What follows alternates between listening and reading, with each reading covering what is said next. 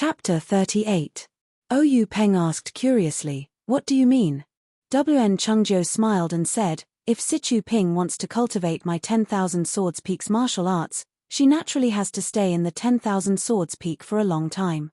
This 10,000 Swords Peak is quite far from Lu Town, so it's naturally inconvenient for her to deal with the matters of the gang. As her martial uncle, I naturally have to do it for her. I have already sent the elite disciples of the gang to Lu Town to take over her evil tiger gang. This kind of small gang, I am only taking care of it for Sichu Ping's sake." Oyu Peng heard this and only smiled. "Brother Wn really is working hard for your disciple." However, in his heart, he said, "This old fox, he's still trying to act innocent after taking advantage." Wn Chungjio also said, "Isn't it to protect our secret? Otherwise, why would I be willing to take over this kind of shit?" Everyone said, "Then it's really been hard on Brother Wn, let's drink a bowl." After that, everyone no longer talked about the secret plane, but talked about the blood of the pugilistic world, romance, and everything else. Only when the food and wine were finished did they split up and go their separate ways. However, they all tacitly agreed not to talk about the treasures they obtained in the secret plane and the improvement of their martial arts. Far away, in a secluded mountain village between Lu Town and Pingyang City, in the same manner that took up a lot of space, there were two people sitting in a large hall in the north. One was a skinny young man, and the other was a middle-aged man whose hair was a little white. They were the evil tiger gang's Sichu Liang, hall leader Sichu Liang, and Zhao third brother, hall leader Zhao. The two of them were currently drinking tea with their brows furrowed. Hall master Zhao drank a mouthful of tea, but did not seem to be able to taste the tea's fragrance. He heavily placed the teacup on the table and asked Sichu Liang, "Hall master Sichu, it's been almost a month since there's been any news of the gang leader. We don't even know if he's dead or alive. What should we do?" Sichu Liang said unhappily, "Hall master Zhao, what are you saying? How can you say such inauspicious things during the new year?" Hall master Zhao immediately said embarrassedly, "I'm not in a rush. I take back what I just said." As he said that, he spat on the ground to show that he was taking back what he just said. Then he said, "Without seeing the gang leader, no one had a good year. Who knows what our future will be like?" Sichu Liang comforted him, "Although the gang master isn't in the gang, aren't our evil tiger gang's members still here? Everything should be the same as before. It's not like we've wiped out the gang." Hall master Zhao chuckled and said, "Hall master Sichu, you're also saying inauspicious words." Sichu Liang was stunned for a moment, then he also spat on the ground and said, take it back, take it back. This is truly annoying, making me speak without thinking." Hall master Zhao said, it's fine, it's fine. Isn't everyone worried about gang leader's safety?" Sichu Liang continued, "In the past, there have been situations where gang master went out and didn't return, but there would still be news coming back. Furthermore, the time he went out was only a few days at most. Now, it's been so long. Could it be, he really?" Sichu Liang didn't dare to say any more. Hall master Zhao continued, "Hall master Sichu, when gang leader isn't here, it's the new year. Most of the gang's members are at home celebrating the new year, so there aren't many things to do in the gang. Seeing that the new year is about to end, everyone will be coming back. There are a lot of things to take care of as well. If there is still no news from gang leader, then it doesn't seem too good. At the very least, there will be people's hearts wavering." Sichu Liang nodded and said, "That's right. We need to have an agenda so that there won't be any large fluctuations." Just as they were talking, someone came to reporting to Hall master, "There are 7 people rushing towards us from 10 li away. It seems like they're from Jianghu." Sichu Liang was stunned. He looked at Hall master Zhao and said, "At this time of the year, who could it be? The gang that we're on good terms with already came here before the new year. How could they know about this place if they're not familiar with it? Could it be that they're just passing by?" Hall master Zhao said, "Perhaps.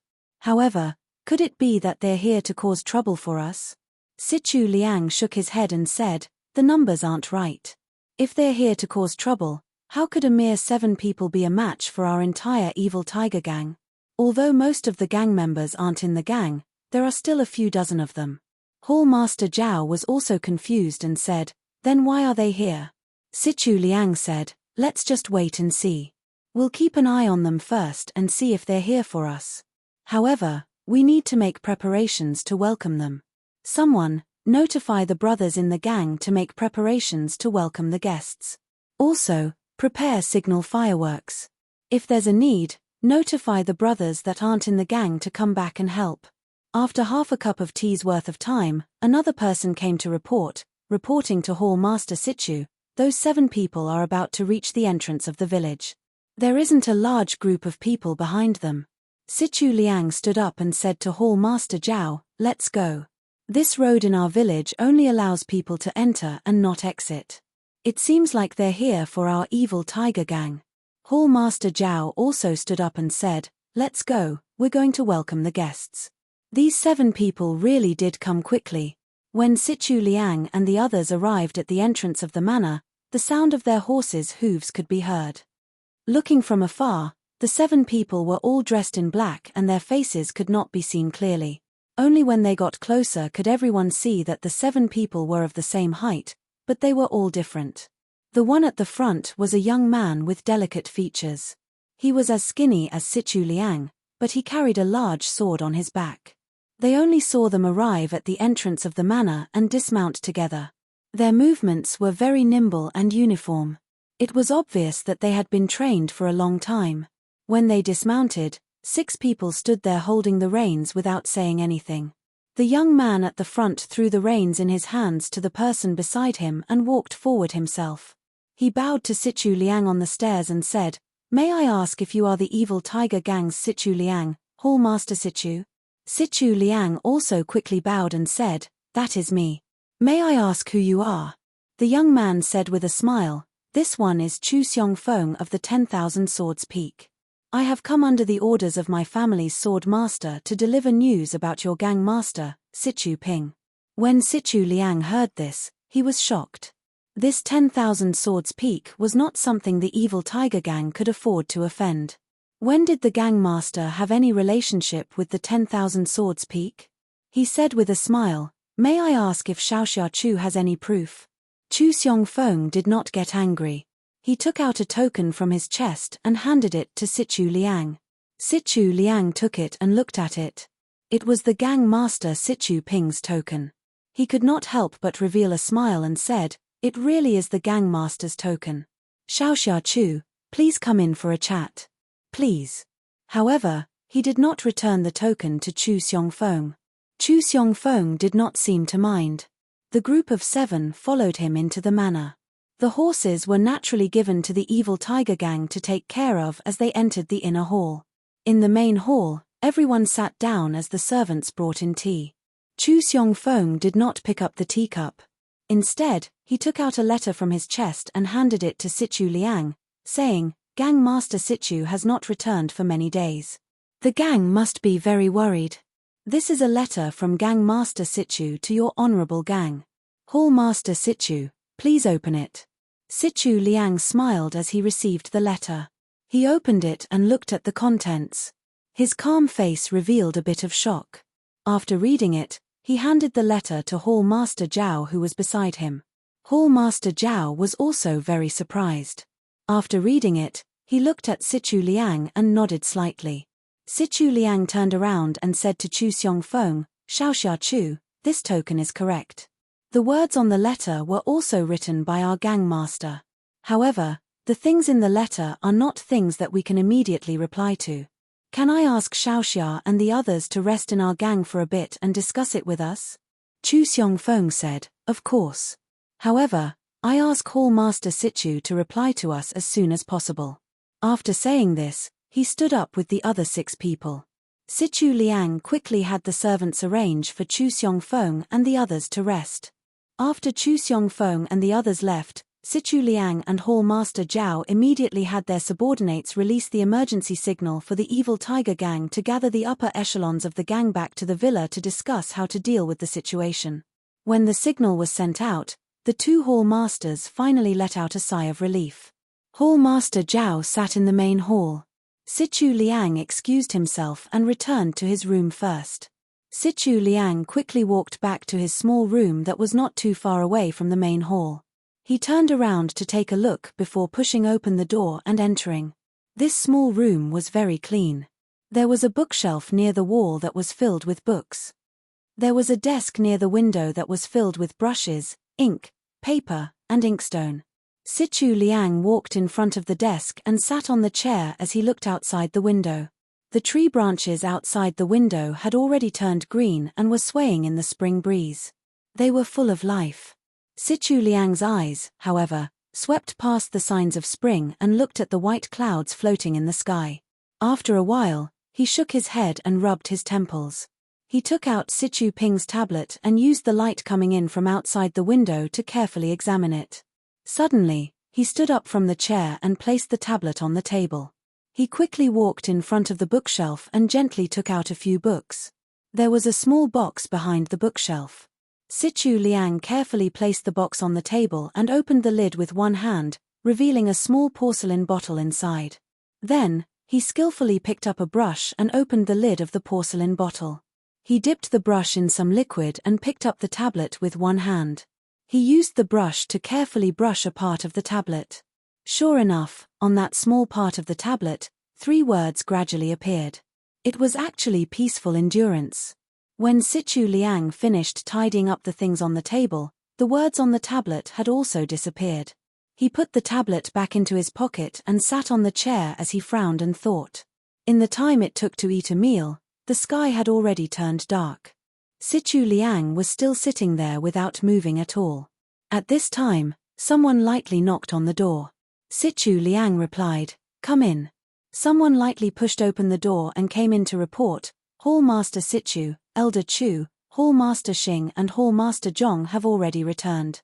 They are currently talking to Hall Master Zhao. Hall Master Zhao told me to inform Hall Master Xing." Sichu Liang said softly, "All right, I got it. I'll be there soon." Sichu Liang waited for a while and seemed to have made a decision. Only then did he calmly stand up and tidy up the clothes on his body. Slowly, he walked out of the room. The room was not very far from the main hall, but Sichu Liang did not walk quickly. The path in the dusk was no different from usual. However, Sichu Liang knew that the evil tiger clan today was different from the evil tiger clan of the past. 0. Chapter 39. When Sichu Liang walked into the hall, there were 3 people whispering to each other. Hall Master Zhao silently sat in his original position and drank tea. It was as if he hadn't moved at all since Sichu Liang left. Sichu Liang's footsteps caused the 3 of them to stop talking. The 3 of them exchanged glances. The white-haired old man did not get up from his chair, but the other 2 stood up. One of them had a medium build and looked like a very capable man. The other was a slightly taller build and had a clean face. He looked like he was in his 40s or 50s. They walked to the center of the hall to welcome Sichu Liang. The 3 of them greeted each other. Sichu Liang asked, "Hall Master Zhong, Hall Master Xing, how was your New Year's at home this year?" The rich middle-aged man said, "It was all right. New Year's with my family is naturally interesting. Compared to Hall Master Sichu staying alone in the gang, I feel a bit uneasy." Sichu Liang waved his hand and said, "I am alone.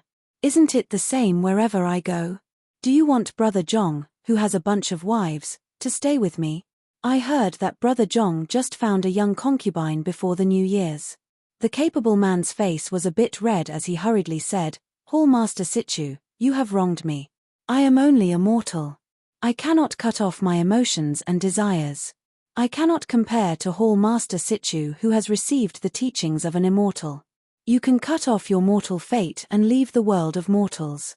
Hearing this, Sichu Liang said with a strange expression, "Brother Zhong, do you think I am a monk? I am still preparing to find someone to carry on my family line." Hearing this, the 2 of them said, "That's good. We have been waiting for that day." While the 3 of them were chatting, Elder Chu was getting impatient. He lightly coughed. Hearing this, Sichu Liang quickly walked over and bowed. Elder Chu frowned and nodded, indicating for Sichu Liang to sit. Only then did Sichu Liang walk over to the chair across from Elder Chu and sit down. Before he could sit down, Elder Chu impatiently asked, "Little Liang, is there any news about Ping Er?" This Elder Chu was an elder in the gang. He had basically watched Sichu Ping and Sichu Ping grow up. Normally, in the hall, he would call them Gang Master and Hall Master. Now that he suddenly called them by their nicknames, it seemed like he was very worried about Sichu Ping. Sichu Liang's heart warmed up, and he hurriedly said, "Elder Chu, my cousin is fine, she is just temporarily unable to return to the sect." Hall Master Xing also asked, "What is going on here? Gang leader has always been a steady person. Something must have happened this time. When I asked old Zhao just now, he wouldn't say anything no matter what. He wanted to wait for you. Hurry up and tell us. Don't keep us in suspense." Sichu Liang nodded and took out the letter from his bosom. He stood up and handed it to Elder Chu. Elder Chu took out the letter and read it carefully. His brows furrowed deeper and deeper. After that, Hall Master Xing and Hall Master Zhong also carefully read the letter. After everyone finished reading the letter, the hall fell into a dead silence. Elder Chu was the first to speak, asking, "Little Liang, this letter is real, right?" Sichu Liang nodded and said, "This is indeed my cousin's handwriting, and the time matches as well. It shouldn't be fake." Hall Master Zhong continued, "But this is strange. Why would Myriad Sword Peak accept the gang leader as a disciple? The gang leader has already passed the best time to practice martial arts. Now that she has joined the Myriad Sword Peak, how can she stand out?" Hall Master Xing also said, "The most suspicious thing is that the gang leader actually allowed the Myriad Sword Peak disciples to temporarily manage the gang's affairs while she is away. What does this mean?" Sichu Liang also said, "If gang leader joins the 10,000 Swords Peak, then we will naturally become a branch of the 10,000 Swords Peak. To our evil tiger gang, this can be considered a blessing from the heavens. However, the gang leader can't come back immediately.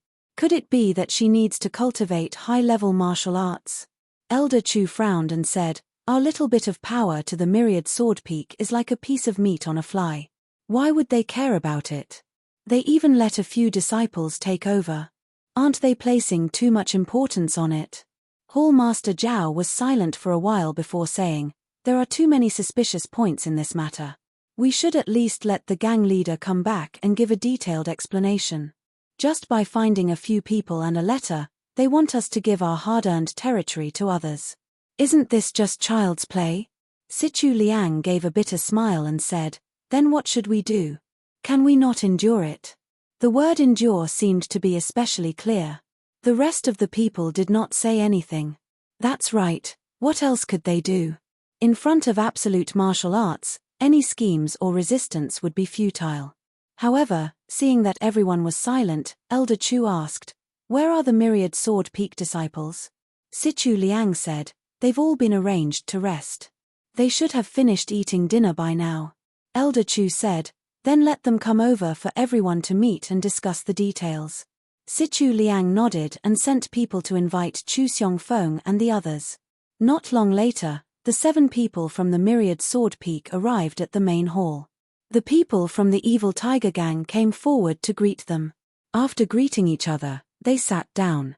Elder Chu said warmly, "Xiaoxia Chu, we are in a remote area here and are lacking in things. I wonder if you can get used to it." Chu Xiongfeng quickly said, "Elder Chu is too courteous. My generation has traveled the Jianghu and it is normal for us to sleep in the wilderness. There is nothing we can't get used to in your gang." Elder Chu stroked his beard and said, "That's good." Then he asked, "Can Xiaoxia Chu explain in detail the situation of our gang leader Sichu?" Chu Xiongfeng smiled and said, "Senior sister Sichu is very fortunate. She was coincidentally chosen by our Myriad Sword Peak's elder Yunfeng and taken in as a disciple. She is currently cultivating in seclusion at the Myriad Sword Peak. Elder Yun is a famous expert in our sect. I'm sure that senior sister Sichu's martial arts will improve even further and enter the ranks of the Jianghu experts. As for the details, Chu is not too clear either. Everything will have to wait for senior sister Sichu to return and ask her in detail." Chu Xiongfeng's words were watertight, and no one was able to get any clues from him.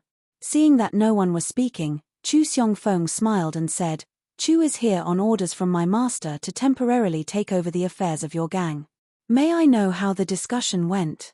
Although these words were spoken to the crowd, Chu Xiongfeng's eyes were fixed on Elder Chu, who was sitting at the head of the table.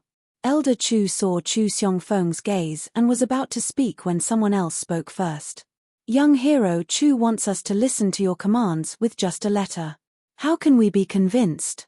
Chu Xiongfeng turned his head and saw Hall Master Xing. Chu Xiongfeng asked, Hall Master Xing, what do you think we should do?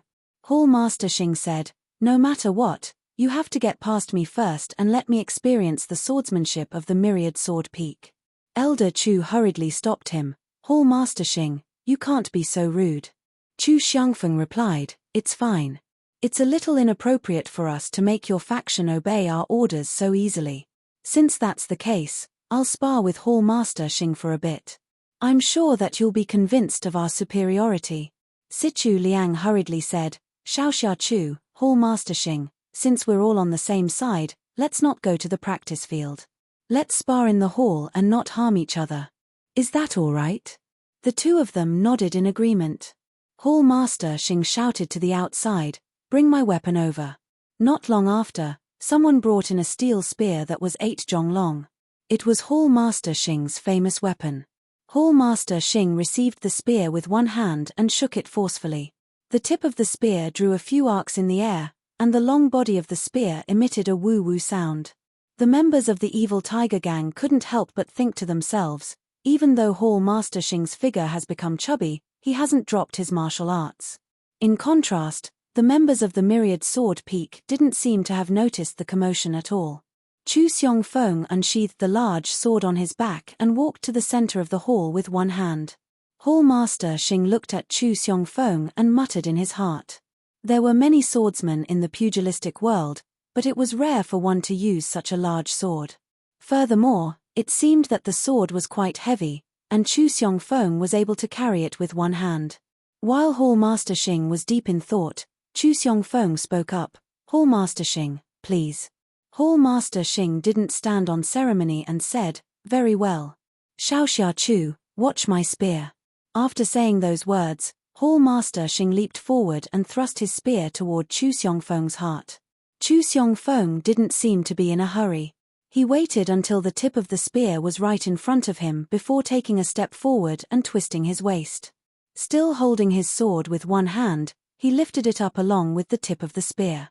Hall Master Xing immediately felt a powerful force coming from the tip of the spear, and his body couldn't help but sway to the side. Thus, he stomped his foot and stabilized himself with a movement technique. Just as he was about to take a breath to regain his balance, he saw Chu Xiongfeng making use of the momentum of the sword to leap into the air. After reaching an extremely high point, he grabbed the hilt of his sword with both hands and swung it down toward Hall Master Xing. Hall Master Xing was shocked. He only knew how to stab and hack with a sword, but who would have thought that someone would actually use it as a saber? Grabbing the tip of the spear with both hands, Hall Master Xing raised his heaven-burning form to meet the attack head-on. In the blink of an eye, the sword and the spear collided, and a loud quang dang sounded. Chu Xiongfeng's sword bounced off the shaft of the Damascus steel spear, and Hall Master Xing was forced to retreat 3 steps. Barely managing to stabilize himself, Hall Master Xing saw Chu Xiongfeng swinging his sword once more, making use of the momentum from the rebound to slash at him once more. Hall Master Xing couldn't help but feel bitter. There was no time for him to change his stance, so he could only raise his heaven-burning form to meet the attack head-on. However, with another quang dang, Chu Xiongfeng's sword bounced off the shaft of the Damascus steel spear. This time, however, Chu Xiongfeng didn't follow up with another move. Instead, he stood there leisurely with the tip of his sword pointed toward the ground as he stared at Hall Master Xing. On the other hand, Hall Master Xing was forced to retreat 4 steps. This time, he wasn't able to hold onto the Damascus steel spear anymore. His legs went soft, and he fell to the ground. Unable to hold on to the Damascus steel spear in his hands anymore, he tossed it aside. When Hall Master Xing finally stood back up, he realized that the webbing between his thumb and forefinger had been torn. A wave of fear welled up in his heart as he muttered, I wonder how much strength is hidden in that skinny body of his. What a godly strength. It's fortunate that it was a sparring session, or else I would have been killed by the other party's attack. Seeing the ashen expression on Hall Master Xing's face, Chu Xiongfeng clasped his fist and said, I admit it. Hall Master Xing returned the gesture and said, I'm impressed. 0. Chapter 40. The exchange between the two could not be said to have happened in an instant, but it had only taken a few breaths of time for victory and defeat to be decided. This caused the jaws of the evil Tiger Gang members to drop to the ground. On the other hand, the 6 people from the 10,000 Swords Peak had normal expressions. From their point of view, this was completely normal. Hall Master Xing sat on the chair with an ashen face, as if he had not yet recovered from the shock. Sichu Liang and the others did not go up to comfort him. Their minds were also quickly turning. They originally felt that they had no choice but to accept the 10,000 Swords Peak sending someone to take over the evil Tiger Gang, but when they saw that it was a youngster, they naturally wanted to give him a show of strength so that he would not look down on the evil Tiger Gang. This way, when the authority of the gang leader was distributed, they would have an advantage. So when Hall Master Xing raised his objection, no one stopped him and instead chose to watch from the side. However, the result was too unexpected. In just 3 moves, Hall Master Xing was defeated. Thinking back to Chu Xiongfeng's 3 moves, the timing of the moves was very clever. Each move was something that Hall Master Xing had no choice but to take on. The positions of the moves were not too tricky and were even wide open. However, the most important thing was the strength of the moves and the power contained in the large sword. It was something that Hall Master Xing could not compare to. It was a great coincidence. If it had been anyone else from the evil Tiger Gang that went up, they would also have had the same result. No wonder the evil Tiger Gang only sent 7 people. These 7 people were equivalent to half of the evil Tiger Gang. Seeing the evil Tiger Gang members' uncertain expressions, Chu Xiongfeng did not give them too much time to think. He held the large sword in his hand and said loudly, Everyone, if there is anyone else who has objections, please stand up and speak. Sichu Liang and the others exchanged glances. Elder Chu stood up and said, Xiaoxia Chu, please put away your sword. We do not have any objections. Chu Xiongfeng saw Elder Chu speak, so he put his large sword back on his shoulder. However, he did not return to his seat. Instead, he looked at the evil Tiger Gang members and asked again, Does anyone have any objections to my 10,000 Swords Peak temporarily taking over the evil Tiger Gang? Sichu Liang and the others all said, Yes, we will follow the gang leader's orders and listen to 10,000 Swords Peak's Xiaoxia Chu. Then, Sichu Liang invited Chu Xiongfeng to take a seat, saying, Clan Master Chu, please take a seat. We will listen to Clan Master Chu's orders. Chu Xiongfeng wasn't polite. He walked to a chair in the front of the hall and sat down. He then said to the evil Tiger Gang members, Everyone, please sit. Thus, everyone sat back down. Chu Xiongfeng said, Everyone, please do not have any misgivings. I am following my sword master's orders to temporarily take over the evil Tiger Gang. All matters will be handed over to clan leader Sichu once she returns. Moreover, before clan leader Sichu returns, the matters of the gang will still be handled by Elder Chu, Hall Leader Sichu, and the others. We will not interfere. We only ask that Hall Leader Sichu give us an explanation before you do anything. Sichu Liang and the others were very puzzled. What was this? Taking over the position of clan leader and not using the clan leader's strength, he did not care about the matters of the gang. Hall Master Xing even looked at his cracked palm in regret. If he knew this would happen, he would not have competed with this person and lost his face for nothing. However, everyone had their own explanations. The evil Tiger Gang was their entire world in their eyes and could not be violated. However, in the eyes of this person, they were nothing more than chicken ribs. This Chu Xiongfeng probably didn't want to come, but because of his master's orders, he decided to not interfere and let them develop on their own. Thinking of this, everyone revealed expressions of relief. Chu Xiongfeng saw that everyone understood his intentions, so he didn't want to stay in the hall for too long. He said, Then I'll have to trouble everyone with the matters of the evil Tiger Gang in the future. We will temporarily stay in the place arranged for us this afternoon. If there is nothing important, do not disturb our cultivation. After saying this, he cupped his hands and bid farewell to the evil Tiger Gang members. The group of people returned to their living quarters. When they returned to their living quarters, Chu Xiongfeng had everyone enter their own rooms and left one person to guard the door. Looking at the 5 people in the room, Chu Xiongfeng said with satisfaction, "Today, the matters of the evil tiger gang have been settled. From today onwards, we will guard this place and wait for the swordmaster's next orders. 2 junior brothers Wang, you should rest well tonight. Tomorrow morning, you will go to Lu Town and watch over that place. If any Jianghu people appear, immediately inform us." 2 of them cupped their hands and agreed. Afterwards, Chu Xiongfeng ordered the rest of the people, "The rest of you will follow our habits in the 10,000 Swords Peak and continue to practice martial arts. Do not slack off." Everyone agreed and went their separate ways. Sichu Liang and the others were in the hall. After a moment of silence, Elder Chu opened his mouth and asked, "Little Liang, where have you arranged for young hero Chu and the others to stay?" He did not address them as Sect Master Chu. Sichu Liang said, "Arrange for them to be in East Room 1 to East Room 7. Elder Chu said, "It's better to let them stay in the VIP rooms." Sichu Liang replied, "All right, I will immediately arrange for people to take care of it. At that time, it was because I read the letter that my heart was in a mess. That's why the arrangements were inappropriate." Elder Chu then said, "How about this? Everyone is tired today. Let's go back and rest first. If there is anything else, we can discuss it tomorrow morning. How about that?" Everyone also left. Sichu Liang leisurely returned to his own room. The room was not lit up with an oil lamp, so it was completely dark. He walked into the familiar darkness and closed the door tightly. He walked in front of his desk and just stood there.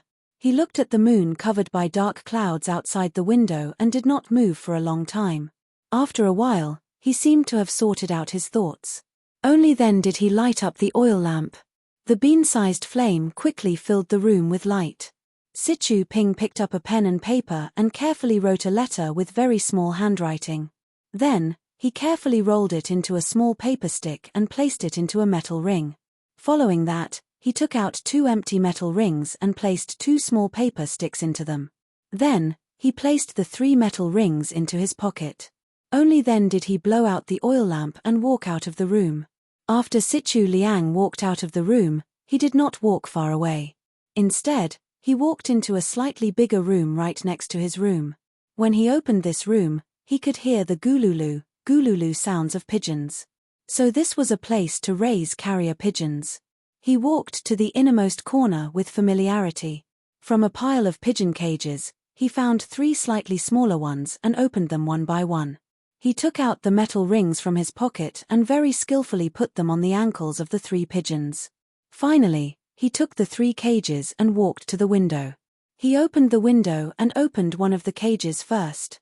He then released a pigeon. That pigeon flew in the air and circled around a bit before landing on the windowsill. It seemed like it did not want to fly out. However, Sichu Liang grabbed the pigeon and threw it into the air again. This time, the pigeon circled around a bit before flying out in one direction. Sichu Liang did not immediately release the second pigeon. He waited quietly for the time it took to brew a cup of tea. When he did not hear any movement, he released the second pigeon. After the second pigeon flew away, he released the third pigeon. The 3 carrier pigeons all flew towards the same place. In the pitch-black night, they carried some sort of mysterious mission. Chu Xiongfeng and the others' rooms were quite a bit of distance away from Sichu Liang's room. They were in different parts of the hall, so they did not notice anything. The evil tiger gang members were already used to the pigeons flying out, so the sound of the 3 pigeons flying out did not catch anyone's attention. After Sichu Liang finished doing all of this, he returned to his own room.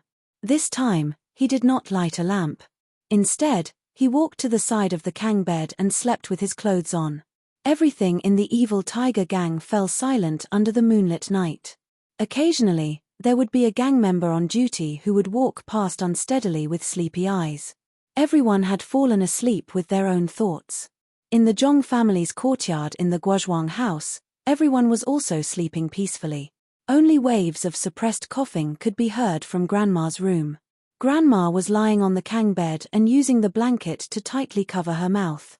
Her ears were turned to the side, but she would occasionally listen in Zhong Xiaohua's direction. Although the moonlight outside the window was bright, the room was still very dark. There was no movement from Zhong Xiaohua's side, but Grandma was worried that she would wake up her beloved grandson and disturb his sweet dreams. However, with her disappointing body, she felt very stuffy in her chest and could not help but cough. She could not walk out of the room, nor did she want to disturb her grandson, so what could she do? What made her feel gratified was that Zhong Xiaohua was sleeping very peacefully.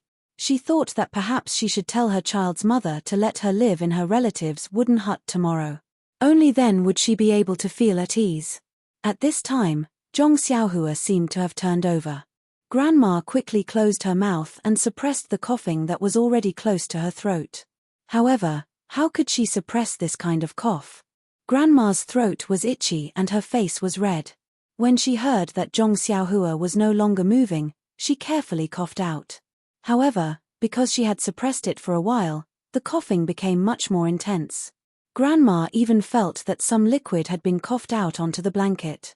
In the middle of the night, Grandma did not fall asleep. After waiting for the rooster to crow a few times, she felt that it was already dawn. Grandma quickly got up and groped her way out. The small courtyard was still very quiet. Grandma did not hear any other sounds. Presumably, Guo Sufei and Liu Qian had not woken up either. Grandma did not walk to the center of the courtyard. She leaned against the wall outside the room and used a towel to cover her coughing. After the time it took to eat a meal, Grandma heard the door to the central room creak open. Someone came out from inside. Then, she heard Guo Sufei's voice. "Mother, why are you up so early? It's cold outside." Guo Sufei walked over and wanted to help Grandma back to the room. However, Grandma refused to go back and said, "I'm always coughing. I'm afraid that I'll wake Xiaohua up." Guo Sufei's eyes immediately turned red and said, "Then, Mother, come to the central room first." She helped Grandma to the central room. At this time, Liu Qian also got up. She was also very surprised to see Guo Sufei supporting Grandma. She quickly opened the door to the central room and let the two in. Listening to Grandma's continuous coughing, she could not help but think, "I don't know if this spring water really works. Grandma's condition is getting worse." 0. Chapter 41. A new day had begun, and everyone was busy with their own matters. Grandmother was also sitting in the courtyard, enjoying the rare sunshine. Guo Sufei saw that the weather was very good, and the sun was shining brightly. She wanted to take out the quilts and mattresses in the house to dry. First, she hung the quilts in her room and Zhong Xiaolong's room to dry. Then, she went to Grandmother's room to tidy up Grandmother's and Zhong Xiaohua's quilts. But after she walked into the room, the family outside heard her cry out. Grandmother's ears were sharp, and she said, "What's going on?" "Guo Sufei." Then, Guo Sufei's voice came from the room, "It's nothing, Mother. There's a mouse." Zhong Cai, who was fiddling with the farm tools, laughed and said, "You're already so old. Why are you still afraid of that little thing? It's a bit funny." When Zhong Xiaohua heard this, he quickly bounced over and said, "Mother, where's the mouse? I'll help you. I'm the best at catching mice." But he ran into the room and saw his mother sitting by Grandmother's kang. She was holding Grandmother's quilt and sobbing softly. When Zhong Xiaohua saw this scene, he carefully walked over and asked his mother in a low voice, "What's wrong, Mother?" Guo Sufei sobbed weakly and did not speak. Zhong Xiaohua looked at the quilt in his mother's hand and realized that the top of the quilt was black. Zhong Xiaohua did not understand what was going on and asked his mother, "Mother, why are you holding the quilt? Isn't it just dirty? I'll help you wash it, okay?" Hearing her son's obedient words, Guo Sufei was even more sad.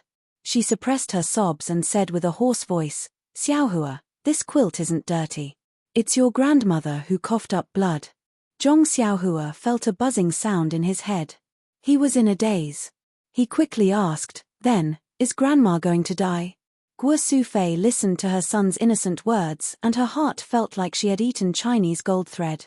She said, "Good son, Mother doesn't know either." Zhong Xiaohua said with a sad face, "I don't want Grandmother to die." Guo Sufei stretched out her arm and pulled her son into her embrace.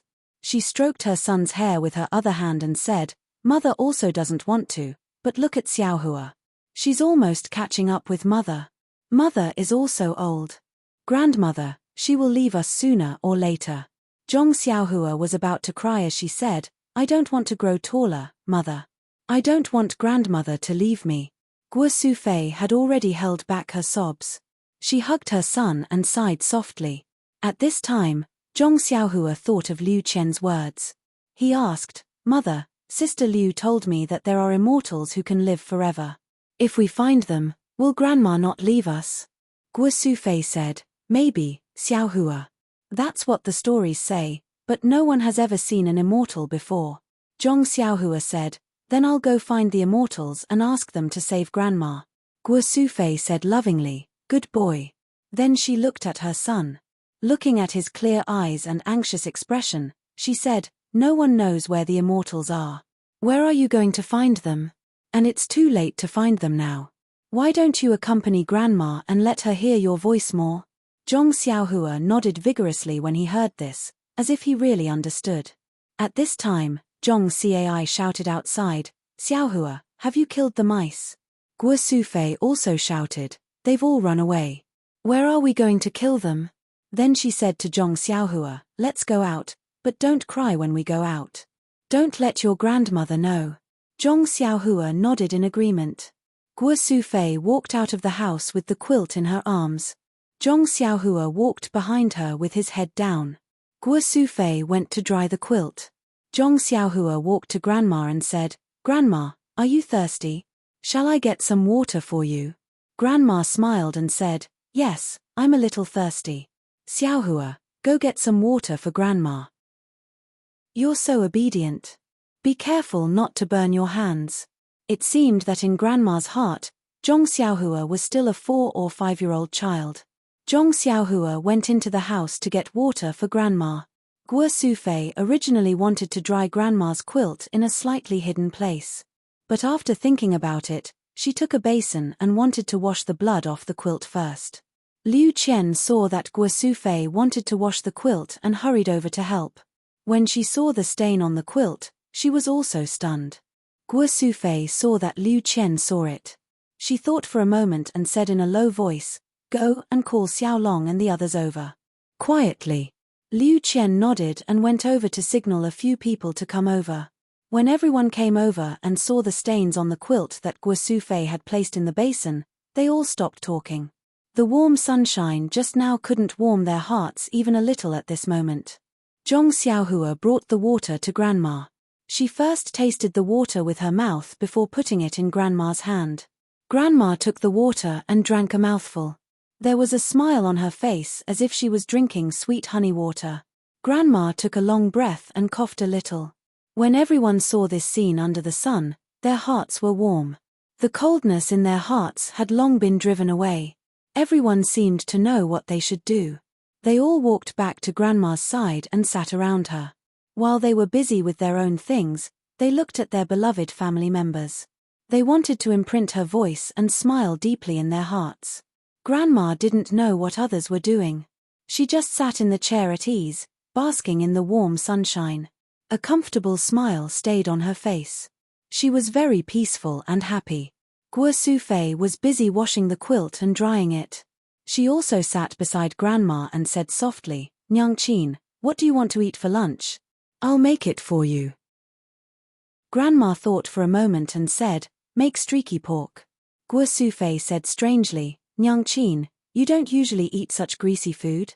Grandma said, I'm hungry today. I want to eat some. Guo Sufei said, Okay, I'll go to the village entrance to buy some meat later. Zhong Xiaolong immediately said, Nyangqin, I'll go. I should go out more. Guo Sufei agreed. Liu Qian also said, I'll go with you. Don't always carry heavy things with your arms. Be careful not to have problems again. Zhong Xiaolong said with a smile, It's enough to buy 2 catties of meat. How can I not be able to carry it? Liu Qian smiled and didn't say anything. So the two went out together. Grandma narrowed her eyes and guessed that Zhong Xiaolong and them went out. Then she said to Guo Sufei, Sufei, I want to tell you something. Guo Sufei said, Okay, Nyang Chin. Wait a moment. I'll get you a cup of water to moisten your throat. Guo Sufei poured another cup of water for Grandma. Then she moved a stool and sat opposite Grandma. She asked Grandma, Nyang Chin, what do you want to say? Grandma said, Sufei, did you vomit on my quilt? Guo Sufei's face was shocked. She immediately said, no, Nyang Chin, no. It's just a little dirty. I'll wash it. Grandma sighed and said, Ari, Sufei, you don't have to hide it from me. I vomited on my own. How can I not know? It's just that I'm not sure.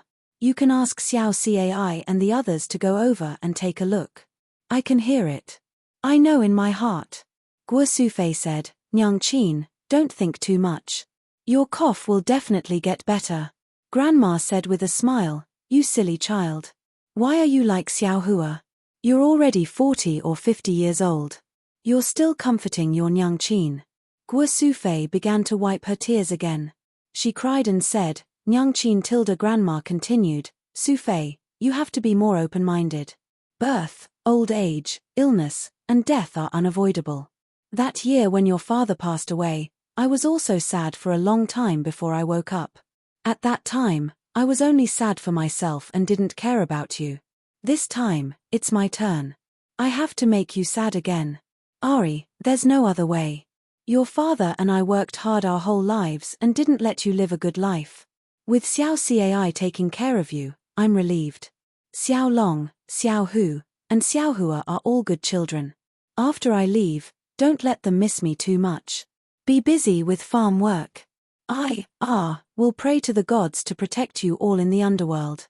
Zhong Xiaohua's heart ached when he heard this. He hugged Grandma and said, Grandma, don't worry. I'll protect Nyang Chin well.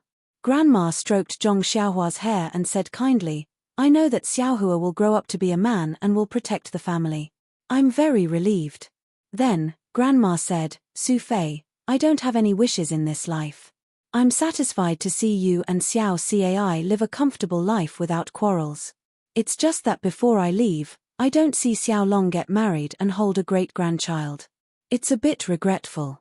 I think Liu Qian is a good child. You must find a way to marry her. That's our family's Xiao Long's good fortune. Everyone surrounded their grandmother and listened to her speak. In their sadness, they did not notice that there were two people who were walking to the gate of the small courtyard. When the two of them heard the two words Liu Qian, they stopped in their tracks and listened carefully to what their grandmother was saying in the small courtyard. Guo Sufei continued, Nyang Chin, you're right. Liu Qian is a good child. There's nothing to nitpick about her words and actions. Moreover, her appearance and figure are 1 in 100. Being able to marry into our family is because Xiao Long accumulated good karma in his previous life. But Guo Sufei wanted to say something but stopped. She didn't want to disturb her mother's good dream. However, there was a big gap between their family and the Liu family. If she rashly promised her mother now and couldn't fulfill it in the future, wouldn't her mother be unable to rest in peace in the afterlife? Grandma seemed to know what she wanted to say. She patted Guo Sufei's hand and said, Sufei, Liu Qian isn't a child who despises the poor and loves the rich. If she likes our family's Xiao Long, she would have already married him. Mr. Liu is educated and reasonable, I think he would agree. You should find time to sound Liu Qian out. If she doesn't have any feelings for our family's Xiao Long, then forget it. Don't force her. I heard from Xiao Hua that Xiao Long's injury will be healed soon. You should also let her go back quickly. Staying in our family is not good for Liu Qian's reputation. Although we saved her, she has also taken care of our family for so long. Guo Sufei said, Okay, Nyang Chin. I'll tell Liu Qian tomorrow and let her go home quickly. Grandma heard this and a trace of disappointment appeared on her face. At this time, someone ran in from outside and said, Qian is not going home. 0. Chapter 42. The person who came in was Zhong Xiaolong. The two of them stood at the door and listened to the conversation between grandmother and mother. Liu Qian's face was red with embarrassment. Zhong Xiaolong listened and looked at Liu Qian's expression. When he saw grandmother's disappointed expression, he couldn't help but pull Liu Qian's hand and rushed into the courtyard. He said with a happy heart, "Qian Qian won't go home." Liu Qian blushed and wanted to withdraw her hand, but for some reason, she didn't do it. Instead, she obediently followed behind Zhong Xiaolong and ran into the courtyard. As he ran, he thought to himself, "Thank the gods and Buddhas, this layer of window paper has finally been pierced through. Some time ago, I was still worried that if Guo Sufei asked me again, how should I deal with it? Now, it's all gone because of Zhong Xiaolong's impulsiveness. This Zhong Xiaolong is really my lucky star. It's fate." Everyone looked at the two people who rushed into the courtyard inexplicably. When they stood in front of grandmother, they saw Zhong Xiaolong holding Liu Qian's hand. Their faces immediately showed an understanding expression. So it was like this. Zhong Xiaolong saw everyone's ambiguous gaze and then noticed Liu Qian's soft and smooth hand in his hand. For a moment, he didn't know whether to let go or continue holding it. Guo Sufei saw her son's embarrassment and quickly asked, "Xiaolong, just now you said that Qian Qian won't go home. Is it Qian Qian's idea?" Zhong Xiaolong pulled a long face and didn't know how to answer. At this time, the little hand in his hand gently scratched his finger. He understood and said happily, "Yes, mother, it was Qian Qian who told me." Everyone was overjoyed. Grandmother was so happy that she couldn't close her mouth. Guo Sufei walked in front of Liu Qian and asked in disbelief, "Qian Qian, this is a lifelong event. You have to think carefully. Don't regret it in the future." Others didn't think too much about it. They knew that Guo Sufei wanted to confirm Liu Qian's thoughts. Liu Qian was happy in her heart. This family was really simple. This should be the advice of her family, but they said it first. Liu Qian also knew that this time, she couldn't hesitate like last time. She finally nodded slightly, then broke free from Zhong Xiaolong's hand and ran out. Guo Sufei saw and quickly pushed her son and said, "Why aren't you chasing?" As if awakening from a dream, Zhong Xiaolong said, "Okay." But after taking a few steps, he came back and said, "Father, give me some money. We went out to buy meat and didn't bring any money." Zhong Cai hurriedly took out some silver from his bosom and gave it to Xiaolong. Xiaolong took it and quickly ran out to catch up with Liu Qian, who was obviously waiting for him outside the courtyard. When Grandma heard that Zhong Xiaolong had run far away, she smiled and said, "This child is really fated with Qian Qian. Even without money, he can still turn it into an opportunity. When I heard what you said just now, I thought that there was no chance between him and Qian Qian." Guo Sufei also said emotionally, "Yeah, last time I asked Qian Qian for her opinion, but she seemed to be unwilling. I didn't know how to ask again. Now it's all settled." Zhong Cai also said happily, "Xiaohua, go to the entrance of the village and get me some wine. Let me be happy too." Zhong Xiaohua said, "Okay." She got up and ran out. When she ran far away, Guo Sufei asked, "Did you give Xiaohua any money?" Zhong Cai said gloomily, "No, I'll wait for him to come back." In the next few days, the Zhong family was a scene of joy and harmony. Liu Qian would slightly blush when she saw Zhong Xiaolong and deliberately avoid him. Zhong Xiaolong would also be inexplicably at a loss and made a lot of jokes. The family looked at the awkwardness between the two and shared the sweetness of their love. Grandma's expression was also very good, but she was getting thinner day by day. After not seeing her for a few days, she could feel that she had lost a lot of weight. Guo Sufei was happy for her son and sad for her mother. Others couldn't understand Grandma's situation, but Zhong Xiaohua could feel that Grandma's situation was not good. One day, he couldn't help it and secretly pulled Guo Sufei and said, "Mother, I want to talk to you about something." Guo Sufei was very puzzled by her youngest son's actions and said, "What trouble did you get into? Why are you so sneaky?" Zhong Xiaohua said angrily, "Mother, when did I get into trouble for you?" Guo Sufei touched his head and said with a smile, "Then what's the matter?" Zhong Xiaohua said sadly, "Mother, I can feel that something is floating away from Grandma's body. It floats away a little, Grandma is a little thinner, and I also feel that there is not much of it left on Grandma's body." Guo Sufei said angrily, "You child, what nonsense are you talking about?" Zhong Xiaohua argued, "That's right, Mother, I really feel it. I told Sister Qian Qian before and she believed me. What did Sister Qianqian say? Guo Sufei asked curiously. Sister Qianqian said that it's because Grandma loves me the most, and I care about Grandma the most, so I can feel her physical condition. But she said that it's not easy to explain, anyway, some close relatives can know. Zhong Xiaohua answered seriously. When Guo Sufei heard this, she left Zhong Xiaohua and hurried to find Zhong Cai. Zhong Xiaohua saw that his mother cared about what he said and was not like what he thought, so he was very happy and went to accompany Grandma. Guo Sufei saw Zhong Cai and told Zhong Xiaohua's words to Zhong Xiaohua. Zhong Cai thought for a moment and said, I've heard of such things before. What Xiaohua said may be true. It seems that we have to make some preparations first. When Guo Sufei heard this, she could only nod sadly. However, she immediately asked Zhong Cai, what about Qianqian and Xiaolong's matter? Firstly, Mother wants to see Xiaolong get married. Secondly, if Mother really goes, then Xiaolong and Qianqian's matter will have to be pushed back.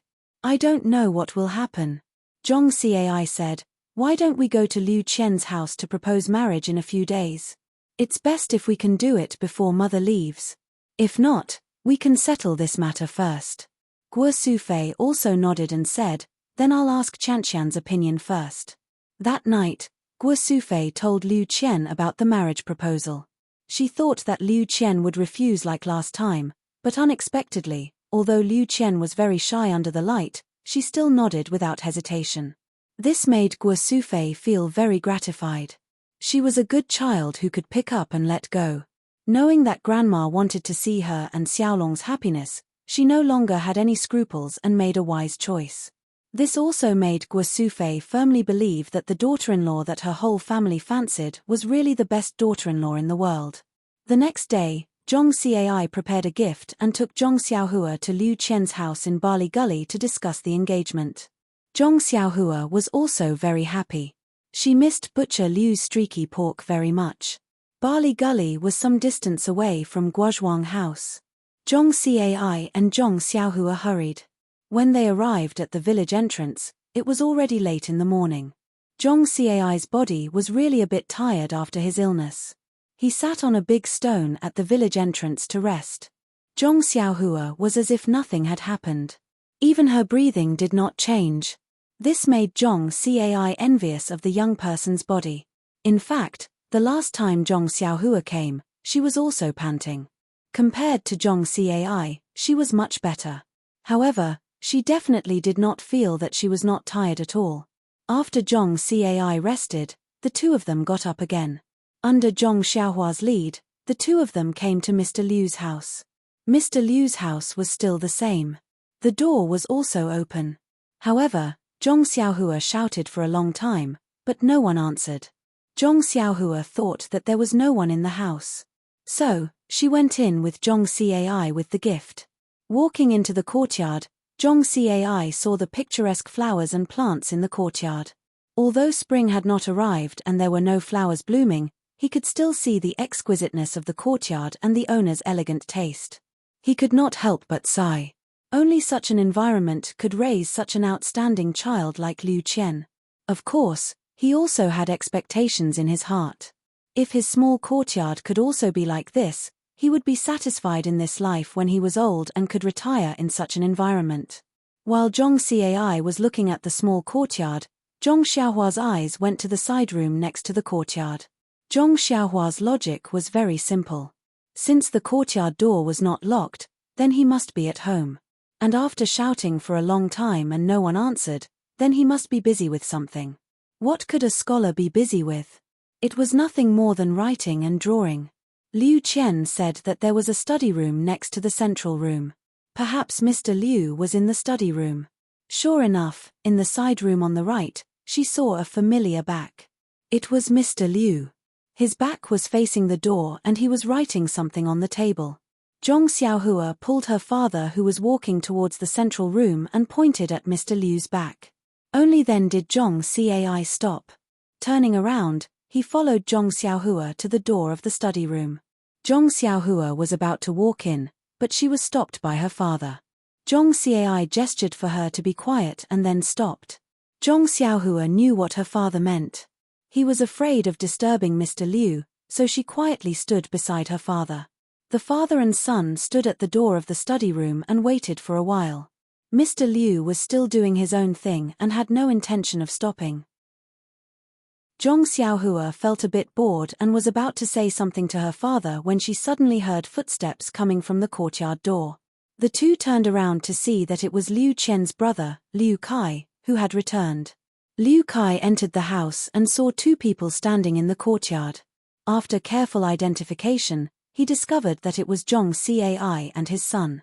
A smile appeared on his face as he hurried forward to greet them. Looking at his father who was busy in the study room, he said to Zhong Cai and Liu Qian with embarrassment, "My father is like this. When he is busy with his own things, he throws all of the surrounding matters to the back of his mind. When he is done, he will naturally come out. Uncle, please come to the central room." He then took the gift and politely led Zhong Cai and Liu Qian to the central room and poured tea for them. Zhong Cai and Zhong Xiaohua had walked for almost the entire morning and were really thirsty. Taking the tea, they gulped it down. As they drank, they thought, the taste of this tea really isn't as good as ours. Liu Kai saw that the two had finished drinking tea and rested for a bit before asking, "Uncle, why did you suddenly come to our house today? Didn't Qianqian come back with you? Is she all right?" Zhong Cai hurriedly said, "Qianqian didn't come back with us today. She is fine at our house. I'm here today to discuss something with Mr. Liu." 0. Chapter 43. Liu Kai casually asked, "What's the matter?" Zhong Cai smiled and said, "I'll tell Mr. Liu later." Liu Kai also smiled and nodded. He then asked Zhong Cai about Liu Qian and Zhong Cai answered one by one. Zhong Xiaohua also called him Brother Liu and said a lot of good things about Liu Qian. Liu Kai listened with a smile. Liu Kai sat with Zhong Cai for a while. Seeing that it was getting late, he said to Zhong Cai, "Uncle and Xiaohua, please sit here for a while. I don't know when my father will be done. I have to go to Uncle's place to say hello. It's better to go to his place for lunch." Zhong Cai waved his hand and said, "Nephew, you don't have to be so polite. Just eat whatever you want." Liu Kai stood up and said, "That won't do. It's not easy for Uncle to come here. We have to be the hosts. I remember that Xiaohua likes to eat red braised pork. I'll let you eat to your heart's content this afternoon." Zhong Xiaohua stuck out her tongue and said, "Then, thank you Brother Liu." Liu Kai smiled and said, "You sweet-tongued brat." After saying that, he quickly walked out. Only Zhong Cai and Zhong Xiaohua were left waiting in the room. The two drank tea as they waited. After waiting for a while, Mr. Liu still didn't come out. At this time, a loud voice came from outside the door, "Brother Zhong, you're finally here." Zhong Cai and Zhong Xiaohua both smiled. It must be Butcher Liu. Zhong Cai and Zhong Xiaohua quickly stood up. Just as they walked to the door, they bumped into Butcher Liu who was walking briskly towards them. Butcher Liu affectionately held Zhong Cai's hand and said, "Brother Zhong, I haven't seen you for a few days. I really missed you. Is your leg okay?" "Millimeter, it looks like it's healed." Zhong Cai also smiled and said, "That's right. Thanks to younger brother, my injury has already healed. As a matter of fact, my leg didn't hurt too much when I walked from the Guozhuang house to here this morning." Butcher Liu said, "Heaven helps the worthy. Brother Zhong is an honest man, he will definitely be rewarded." "Oh right, how are your two sons' injuries?" Zhong Cai said, "Little Tiger's injuries are all healed, and Little Dragon is almost there." Butcher Liu said, "That's great. It's going to be spring plowing soon, so we won't have to worry about the family anymore. Let's go inside and talk." Only then did everyone return to their seats. Just as they sat down, before Butcher Liu could even take a sip of water, Mr. Liu also entered the room. Zhong Cai and Zhong Xiaohua hurriedly stood up again and went forward to greet him. Mr. Liu returned the greeting and invited them to sit down. Mr. Liu said apologetically, "Brother Zhong, you've been here for half a day. I was in the middle of painting, so it was rude of me not to welcome you." Zhong Cai hurriedly said, "It's okay, younger brother was busy with work. We'll just wait in the room." Besides, there's still Liu Kai. He was chatting with us and just left. Younger brother, are you done with your painting? Mr. Liu glanced at Butcher Liu and said, almost. This fellow's loud voice interrupted my train of thought. Let's continue in the afternoon. Butcher Liu said innocently, I didn't know you were painting. Besides, I was born with a loud voice. If I didn't wake you up, you would have left Brother Zhong hanging here. Mr. Liu said, you're always right. I won't talk about you anymore. Then he said to Zhong Cai, I also have this problem. When I'm writing or painting, I forget about the things around me. It's been like this for a long time, and it can't be changed. Come, please have some tea. After he finished speaking, he picked up his teacup and took a sip. Then he said regretfully, this tea is much worse than Brother Zhong's. I really miss the tea I drank last time.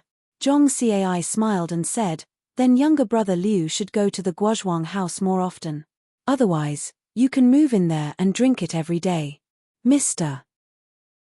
Liu smiled and said, many things are easier said than done. The few of them sat and chatted for a while. After asking each other about the situation, Mr. Liu asked, Brother Zhong, why did you come to Bali Valley this time? Zhong Cai said, younger brother Liu, I came this time because I have something very important to discuss with you. Mr. Liu nodded and said, elder brother, tell me about it. Zhong Cai continued, Qianqian has stayed in our house for so long. Everyone in our family likes her very much. Also, my eldest son, Zhong Xiaolong, is in love with her. I came this time to discuss with you whether we can become in-laws. After Zhong Cai finished speaking, he stared at Mr. Liu, hoping to see a smile or joy on his face. However, he didn't see any expectant expression. Instead, Mr. Liu was clearly stunned. Then he frowned, as if he wanted to refuse. Butcher Liu, who was beside him, had always been a straightforward person. This time, he didn't interrupt. His gaze moved from Zhong Cai to Mr. Liu, and then from Mr. Liu to Zhong Cai. It was a bit thought-provoking. After a while, Mr. Liu opened his mouth and said, Brother Zhong, you're a straightforward person. I'll get straight to the point with you. Let's say whatever we have to say and not hide anything. What do you think? Zhong Cai naturally agreed. Mr. Liu continued, before Qianqian's mother passed away, her only wish was for me to find a good husband for Qianqian. These years, many people have come to our house to propose marriage, but I haven't agreed to any of them. First, Qianqian isn't satisfied. Second, I don't think they can bring happiness to Qianqian. Also, I know that Qianqian has liked to read since she was young. Her wish has always been to find a knowledgeable husband. I know that Xiaolong is a good child and I'm not worried about his character. However, he doesn't seem to be literate. I'm afraid that when he's with Qianqian in the future, their interests won't be the same. Also, Qianqian hasn't done farm work since she was young. Needlework is naturally no problem for her at home, but when she's with Xiaolong in the future, she won't be able to do farm work. Also, Qianqian and Xiaolong have only known each other for a month or so. How could they fall in love so quickly? Qianqian may have a good impression of Xiaolong. This is normal. After all, Xiaolong saved Qianqian before. If Qianqian wants to marry him because of this, it's too childish. When Zhong Cai heard these words, the expression on his face was a bit awkward. He thought that based on his previous experience of dealing with Mr. Liu, he felt that he was a very easy person to talk to. Moreover, he seemed to admire Xiaolong very much. Since Liu Qian had agreed, there shouldn't be any problems here. However, Zhong Cai was wrong. His admiration was limited to the admiration of a hot-blooded farmer in the countryside. It wasn't from the perspective of a father-in-law. Moreover, Xiaolong and Liu Qian lived in different worlds. Although they were both in the countryside, one was studying, and the other was farming. They really didn't have a common language. It was inevitable that there would be estrangement in their future life. Everything was natural for Zhong Cai, who was marrying a wife, to see. However, Mr. Liu, who wanted to marry his daughter, had to think very carefully. Zhong Xiaohua was also stunned. He also didn't expect that Mr. Liu, who looked very amiable, would refuse. However, he didn't know what to say. He could only look at his father and hope that his father could persuade Mr. Liu. Zhong Cai said, "Mr. Liu worries too much. In marriage, the first thing is that both parties are in love. Since Xiaolong and Qianqian are willing, then they can definitely live a good life. Brother, you said that there is no common topic. I think that in the future, I will let Qianqian teach Xiaolong more. Won't it be cultivated slowly? There is also farm work. Qianqian doesn't know how to do farm work. Naturally, we won't let her do it. Our family has 4 strong laborers. We definitely won't let Qianqian work in the field." Mr. Liu sighed and said, "Didn't I just say that some things are easier said than done? In addition, Liu Kai hasn't gotten engaged yet. Liu Qian, as the younger sister, getting engaged first isn't too good." Zhong Cai also forgot this point. Yes, farmers had the habit of marrying the elder brother first and then the younger sister. The elder brother's marriage hadn't been settled yet. As the younger sister, she naturally didn't have the qualifications to consider it. Zhong Cai was also a bit speechless. At this time, Liu Kai returned. He didn't notice the awkward atmosphere in the room. He said to Mr. Liu and Butcher Liu, "Father, second uncle, the food is ready. Please invite Uncle Zhong and Xiao Hua over to eat." Mr. Liu looked at Zhong Cai and said with a smile, "Brother Zhong, let's go. Let's put this matter aside for now. You and I will think about it again. Let's go eat first." Butcher Liu also pulled Zhong Xiaohua's hand and said, "Let's go. Let's not talk about this anymore. Eating is most important. Does Xiaohua want to eat red braised pork?" Butcher Liu's wine and food were naturally more sumptuous than Zhong Cai's, but Zhong Cai didn't have a good appetite. In the face of Mr. Liu and Butcher Liu's attentive hospitality, he didn't eat too much. Only Zhong Xiaohua ate the most. Firstly, he was still growing and had a good appetite. Secondly, in his opinion, his elder brother and sister Qianqian were very compatible. The two of them would definitely be very happy together. He firmly believed that this marriage would definitely happen. Therefore, he was only a bit depressed about Mr. Liu's rejection just now. Now that he had put it aside, he didn't have the same worries as his father. As for the table full of food, of course he would let go of his cheeks and eat as much as he could. Seeing that he was eating so happily, Butcher Liu's wife and Liu Yeye were also smiling like flowers. They kept putting delicious food into his bowl and urged him to eat more.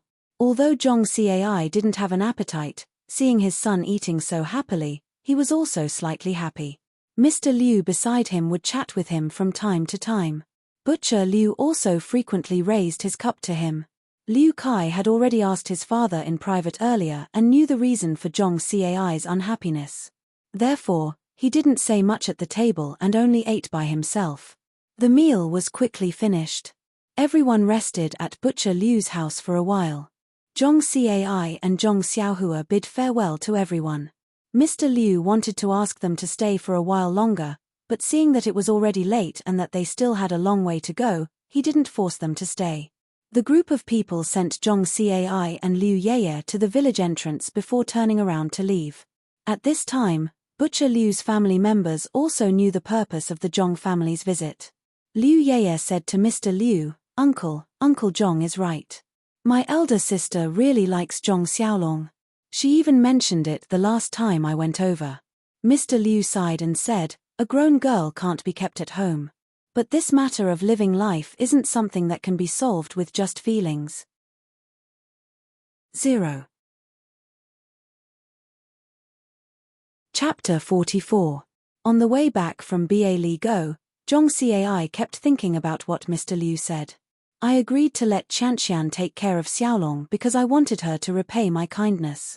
The hero saves the beauty and the beauty repays the hero with her body. That is a legendary story. I never thought about it. Now that Xiaolong's injury has recovered, I want to bring Qianqian back in a few days. It's not good for her to always stay at Brother Zhong's place." What could Zhong Cai say? There was a gap between his family and the Liu family. Xiaolong was a farmer. Compared to Liu Qian, a well-educated girl, he was indeed unworthy. These days of getting along, in the eyes of the Zhong family, Liu Qian was a golden phoenix. The Zhong family didn't have a parasol tree, so how could the phoenix fall? Although Liu Qian really liked Zhong Xiaolong and was willing to live with the Zhong family, who knew what it would be like when they really lived together in the future? Rather than being upset in the future, it was better not to be together now. It was a pity for Liu Qian, this good daughter-in-law, and Xiaolong's infatuation. Zhong Cai sighed as he walked. He sighed all the way to the Guozhuang house. His brows didn't loosen. At home, Zhong Xiaolong and the others were naturally waiting, hoping that Zhong Cai could bring back good news. But when they saw Zhong Cai enter the door with a gloomy face, they knew that things didn't go well. Zhong Cai entered the house and sat on the chair. Zhong Xiaolong quickly poured water for him. Zhong Cai drank the water and rested for a while. Then, he told them about what happened at Mr. Liu's house. Everyone was nervous and didn't speak. Guo Sufei asked Zhong Cai, "Do you want to tell mother about this?" Zhong Cai thought for a while and said, "Don't tell her first. Mother knows that we went to Ba Li Go. If there is good news, she will be the first to tell. Since we don't tell her, she must know that it's not good news." "Oh right, where's Liu Qian?" Guo Sufei pointed to the inner room and said, "When she saw you come back, this child was shy and hid first. I'll call her out now and tell her what her father said. Let her pack her things first." Zhong Xiaolong said from the side, "Mother, I'll go call her. I don't think Qianqian will go back. There's no need to pack her things first." Guo Sufei looked lovingly at Zhong Xiaolong, who was in love, and said, "Okay, you go. Maybe Qianqian can persuade her father." Not long after, Liu Qian followed Zhong Xiaolong out of the room. Her face was a little pale. She looked at everyone and didn't say anything. She quietly sat down on a chair in the corner. Everyone also sat down and looked at Liu Qian quietly. Actually, in Liu Qian's heart, she was racking her brains and could not understand what her father meant. Ever since she was young, her father had always followed her wishes and had never gone against her wishes. She had the final say in the matter of transferring her husband. In the past, there were countless people who came to propose marriage, but her father had never expressed his opinion. However, based on her own likes and dislikes, this was indeed strange. She had decided, but her father wanted to oppose it. Could it be that he was afraid that Uncle Zhong would cheat him? However, it shouldn't be. Could it be that he really wanted her brother to get married first and then consider her? Thinking of this, Liu Qian was also troubled. Liu Kai's vision was surprisingly high. He didn't even like the girls in the nearby villages. If she waited for him to get married first, wouldn't she become an old lady? Liu Qian raised her head and looked at everyone's eager eyes. She forced a smile and said, "I don't quite understand what my father means. In a few days, when my father comes to pick me up, I will ask him properly." Then she looked at Zhong Xiaolong and nodded at him. Only then did Zhong Xiaolong reveal a trace of a smile from his face. This night was destined to be a depressing night. Everyone didn't eat well for dinner. They hurriedly ate a little and then cleaned up. When Guo Sufei was delivering food to her grandmother asked if Zhong Cai had brought back good news. Just as Guo Sufei was about to stutter, her grandmother said, "It's okay, Sufei. I know our family's situation very well. These children are very outstanding, but our family's situation is like this. It's normal for others to dislike us. Let the children leave it to fate. If it's not a family, they will enter the same house. Our daughter-in-law will marry over sooner or later." When Guo Sufei heard this, she was both happy and worried. She was happy because her mother could see more clearly than herself. She was worried because her mother's last wish could not be fulfilled. She was a bit unfilial. She was worried because her mother's last wish could not be fulfilled. After dinner, everyone was not in the mood to work. They chatted for a while and then went to sleep. Only Zhong Cai and Guo Sufei discussed in low voices in the central room for a long time before returning to their own room. There was no oil lamp in the inner room. Guo Sufei groped around in the dark and got on the kang. She laid there and was still thinking about the things that she discussed with Zhong Cai. At this time, she heard Liu Qian tossing and turning and couldn't sleep well. She asked her, "Are you thinking about your father's words?" "Yes, auntie." Liu Chen answered vaguely. Guo Sufei said, Chen, in fact, your father is also good to you. After all, you are still young and haven't experienced many things. Your life experience is also lacking. Your father has his own ideas and hopes that you can live a happy life. We all understand. After all, a family like ours can't give you much. When your father was young, it was because of the family's financial situation that he didn't let your mother take good care of her body. This caused his lifelong regret, so he values this very much. Most importantly, I think he wants to find a scholar for you. He and your brother are both scholars. Naturally, they hope that your husband is also a scholar. You two can recite poems and write couplets. This kind of life is what you should have. As for Xiaolong, he is my own son. Of course, I think that he is very good. However, our family's financial situation was indeed not good back then, so we didn't let him study. This was also forced by life. Who doesn't want their children to be successful? I know, Auntie. I now vaguely understand father's intentions, but in my heart, I still feel that reciting poems and being romantic is bliss. You fetch water and I water the garden, you plough the field and I weave cloth is also a kind of bliss. The two people in the family have the same heart and love each other. Although they are somewhat poor, they can change it through their own hands. I grew up in the countryside, so I don't have to worry about my mother's health. My body is very good.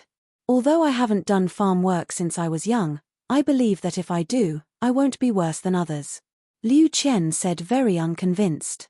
Guo Sufei smiled and said, Chen, you are really a child who doesn't admit defeat. In fact, marriage is often not just a matter between two people. You have to integrate into a new family and adapt to their life. You also have to let them accept you. It is not just your husband who can accept you. Moreover, there are many small things like oil, salt, soy sauce, vinegar, and other small things in the family. Any small thing will make your life unhappy. Liu Chen said, Auntie, I know all about these things. When I was at home, father and brother didn't know how to do housework. I did everything. I believe that I am fully prepared for all of these. And during the time I lived here, I feel that the atmosphere at home is very good. It is very harmonious. I can feel a feeling here that I can't enjoy in my home. I feel that I can integrate into this family very well. Her voice became softer and softer, as if she was embarrassed. Also, the most important thing is that I think Xiaolong is very good. He is very good in all aspects. I don't want to lose the opportunity to make my life happy because of family circumstances. In fact, I have hesitated before. I feel that Xiaolong is illiterate and there is nothing to say to me. I also thought that I can teach Xiaolong to read and write. He also agreed. I think that we will live a good life and you won't have to worry. Liu Chen's voice was so low that it could not be heard. Fortunately, it was dark and Liu Chen's face was already red. She was able to say all these words. Guo Sufei was very gratified when she heard this. She also comforted Liu Chen, Chen, today you have said all these. Auntie is very happy. You also saw that our family likes you very much. Not only Xiaolong, your uncle, and I also sometimes see you as our daughter-in-law. Xiaohua and Xiaohu also want to call you sister-in-law. We will do our best to marry you. Do you still remember the last time in Lu Town? Didn't that bully compensate us with money? Liu Chen said, Oh, yes. If you didn't mention this, I would have almost forgotten. That is not a small sum of money. Guo Sufei said, Just now, I discussed with your uncle. If your father is really poor because our family is poor and doesn't have enough money to let you live a good life, we plan to exchange the banknotes. I believe that this amount will definitely satisfy your father. Liu Chen immediately stopped her. She said, Auntie, this money must not be used now. If the bully has an ambush in Lu Town's bank, then wouldn't we be walking into a trap? If we are not 100% sure, we must not do this. Otherwise, we will not be able to live a normal life, let alone let my father be relieved. Moreover, my father is not a person who only cares about money. He must have other ideas. Everything will wait for him to come. Guo Sufei also said, That's right. I also said that to your uncle. But your uncle seems to have drilled himself into a dead end. He is afraid that your father will take you away, so he thought of this method. Later, when your father comes, we will properly ask him about his thoughts. Anyway, I feel that if Xiaolong does not look for you, he will not take a fancy to other girls.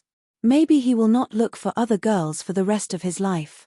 Liu Qian smiled and said, Auntie, look at what you are saying. How can I be that good? It is also our fate that I can meet Xiaolong. Guo Sufei said, yes, it is fate.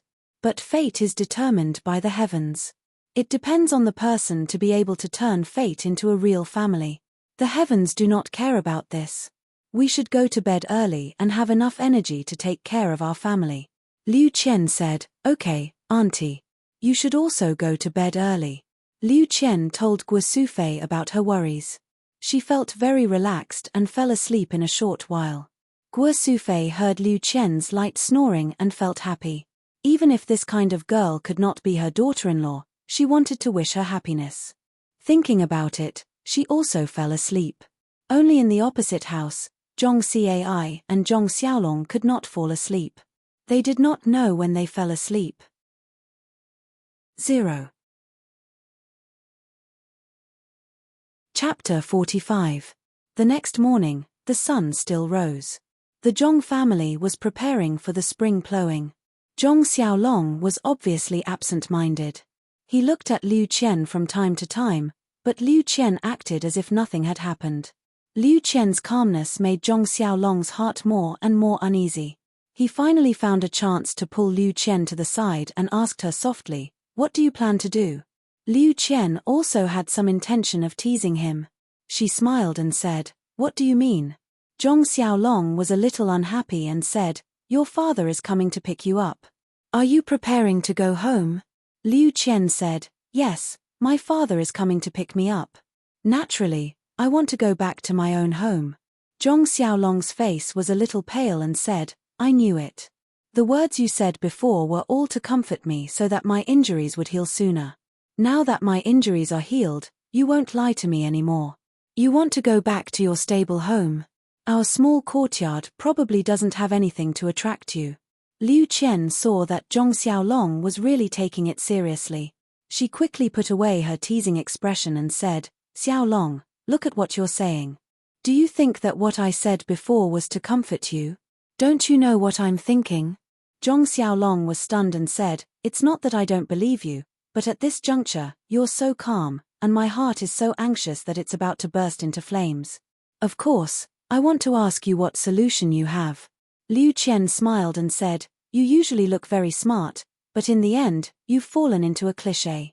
Isn't there a saying, when the water comes, escape through the earth, when the soldiers come, block them?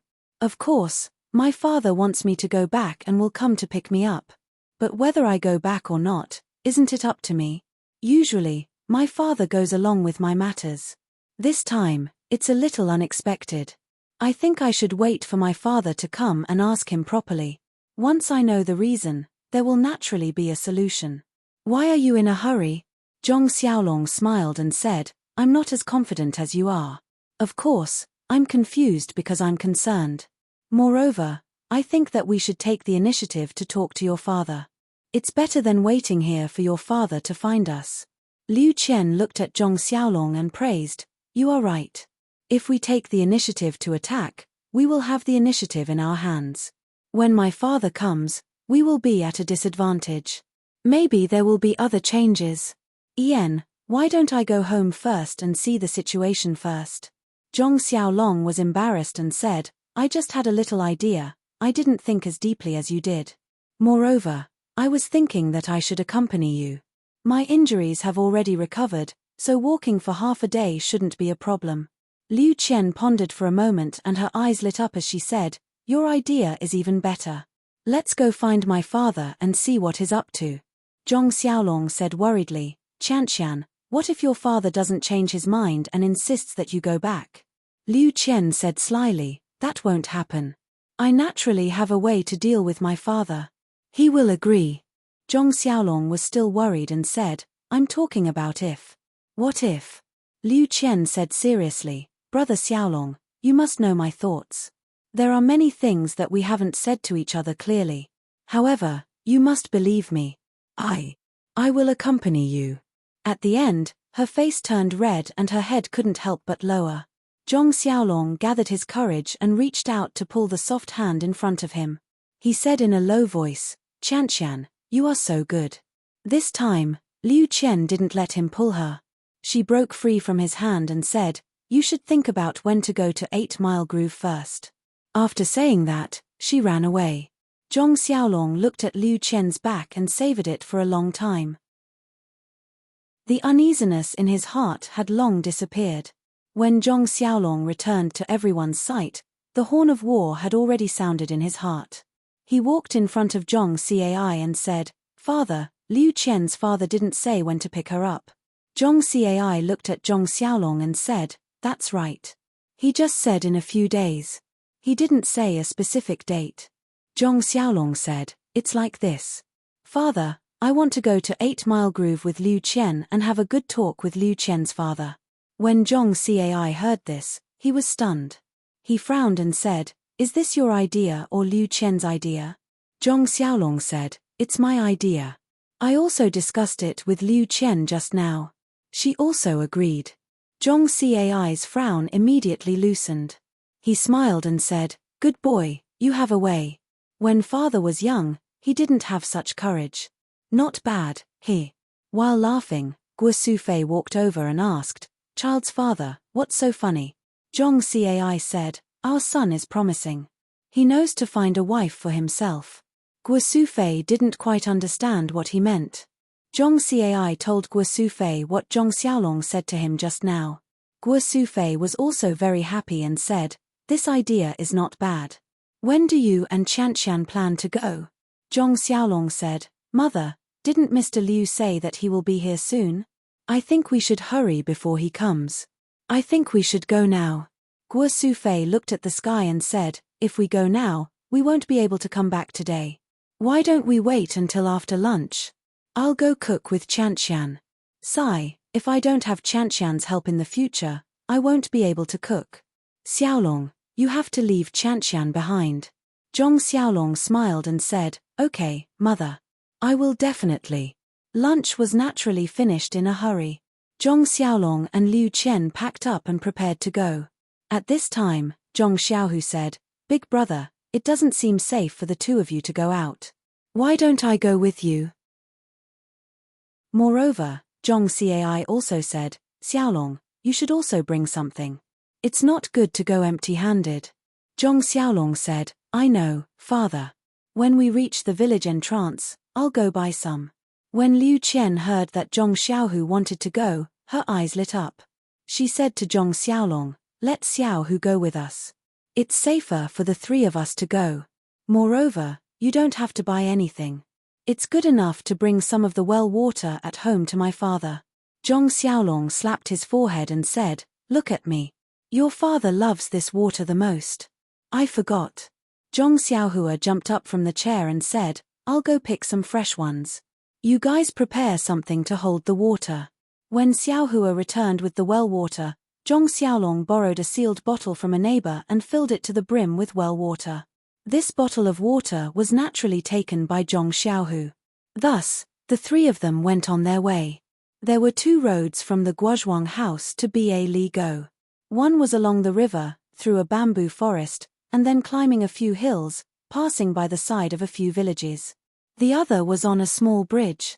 There was a large road in the direction of Benlu town.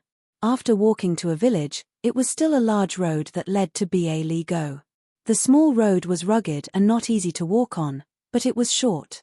Although the large road was easy to walk on, it was 2 to 3 times the distance of the small road. Zhong Xiaolong and the others naturally chose the small road. Now that it was spring, the river water had long been frozen. The gurgling stream flowed slowly, and the sound was indescribably pleasant to the ears. The birds were also active, chirping. Along with the sound of the water, it made their footsteps particularly relaxed. Zhong Xiaolong and Liu Qian walked in front hand in hand. It seemed that they no longer had the scruples of being at home. They wantonly enjoyed the feeling of each other's hands. They looked around and admired the spring scenery while talking non-stop. Zhong Xiaohu, who was some distance away from them, fell behind. He held the bottle of water in his hand and smiled as he looked at his elder brother and future sister-in-law. In his heart, other than envy, there was also a trace of expectation. He was looking forward to a beautiful encounter in Ba Li Go. Zhong Xiaolong's heart was smeared with honey. He hoped that this long journey would never end, so that he could enjoy the happiness of this afternoon forever. He had never felt that walking was such a happy thing, nor had he felt that the mountain scenery that he had been tired of looking at on weekdays was so beautiful. He had never thought that Liu Qian's words were better than the sound of the river and the birds. He had never thought that Ba Li Go was so close to him from the Guozhuang house. It seemed that they had arrived at the place as soon as they started walking. When Liu Qian pulled back her hand, he was still dizzy and asked why. It was not until Liu Qian shyly said that Ba Li Go, where she grew up, was in front that he realized that the journey of walking in the clouds had come to an end. Liu Qian led Zhong Xiaolong and Zhong Xiaohu into the village. From time to time, people who knew Liu Qian greeted Liu Qian.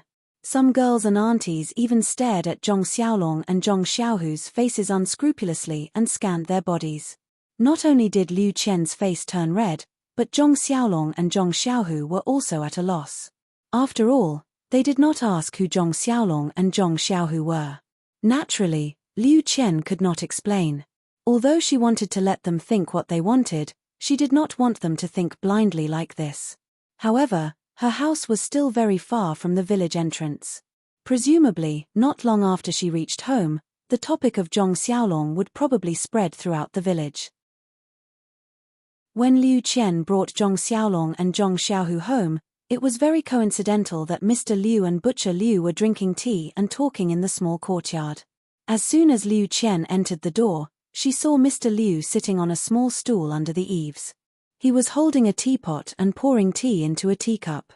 Butcher Liu, on the other hand, was holding a wine gourd that he usually used. From time to time, he would bring it to his mouth and take a sip. When Liu Qian saw her father, the rims of her eyes seemed to turn red. She shouted, "Father Tilda," and ran over. Mr. Liu was also stunned. When he saw that Liu Qian had returned, he was naturally happy in his heart. He put down the teapot and stood up to welcome her. Although it had not been long since they last met at the Zhong family, this time, Liu Qian had returned home. The feeling was naturally different. Liu Qian threw herself into her father's embrace and hugged her father's arm like a child. Mr. Liu lovingly stroked her hair and only said, "You're back. It's good that you're back." 0. Chapter 46. The splint on Zhong Xiaolong's arm had already been removed, but it was still secured with a belt and other things. He placed it in front of his chest, while his other hand hung naturally by his side. He stood not far behind Liu Qian, watching the touching scene of Mr. Liu and his daughter reuniting. His relationship with his father and mother was very good, but he had never experienced separation, so he naturally didn't know how it felt. Now that he saw his beloved act like this, he felt gratified for her and knew that his decision this time was probably the right one. Zhong Xiaohu stood beside Zhong Xiaolong, still holding the bottle of water in his hand, but his eyes were looking around the courtyard, as if he was looking for someone. Mr. Liu lovingly stroked his daughter's hair, and his eyes also looked over Liu Qian's head towards Zhong Xiaolong and Zhong Xiaohu. He smiled and nodded at them, and his hand also moved away from his daughter's head, waving slightly at them to express his apology. Zhong Xiaolong and Zhong Xiaohu naturally also nodded in acknowledgement, and waited at the side.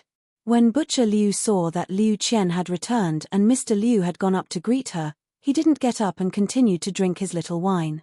When he finished his wine, he saw the two brothers standing at the door, so he stood up and said with a smile, "I was wondering who sent Qian back, so it's our two great heroes. Come in quickly, have a few drinks with uncle." Zhong Xiaolong and Zhong Xiaohu smiled and walked towards the square table under the eaves. Liu Qian, who was being intimate with her father, heard the two words drink, and raised her head, saying to Butcher Liu, "Second uncle, Xiaolong's injuries haven't completely healed, so he can't drink for the time being. If you want to drink, look for Xiaohu." Butcher Liu said loudly, "You little girl, Now you're siding with an outsider. Liu Qian said sweetly. Second Uncle Tilda Butcher Liu said, "All right, don't call me that, I know, I don't usually see you call me second uncle." Mr. Liu, on the other hand, looked thoughtfully at the farmer boy who was walking towards him. His youthful face was full of vitality. He did not look like a yes-man like the other farmers, nor did he look as careful as Zhong Cai. His eyes seemed to be very bright. The clothes on his body were very shabby, but they were very clean. They fit him very well. His footsteps were also very steady. Each step left a footprint, which made people feel very at ease. Mr. Liu naturally knew why Liu Qian brought Zhong Xiaolong back. Although he strongly disapproved of this marriage, he did admire Zhong Xiaolong.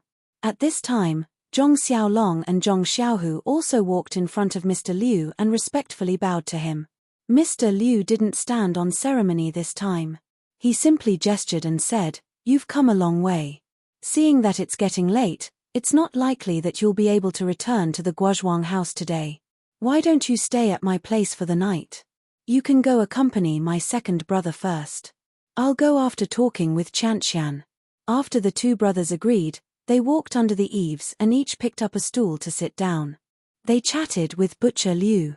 Mr. Liu then said to Liu Qian, "Chanshan, let's go to the study to talk." Liu Qian let go of her father's arm and said, "Father, you go first.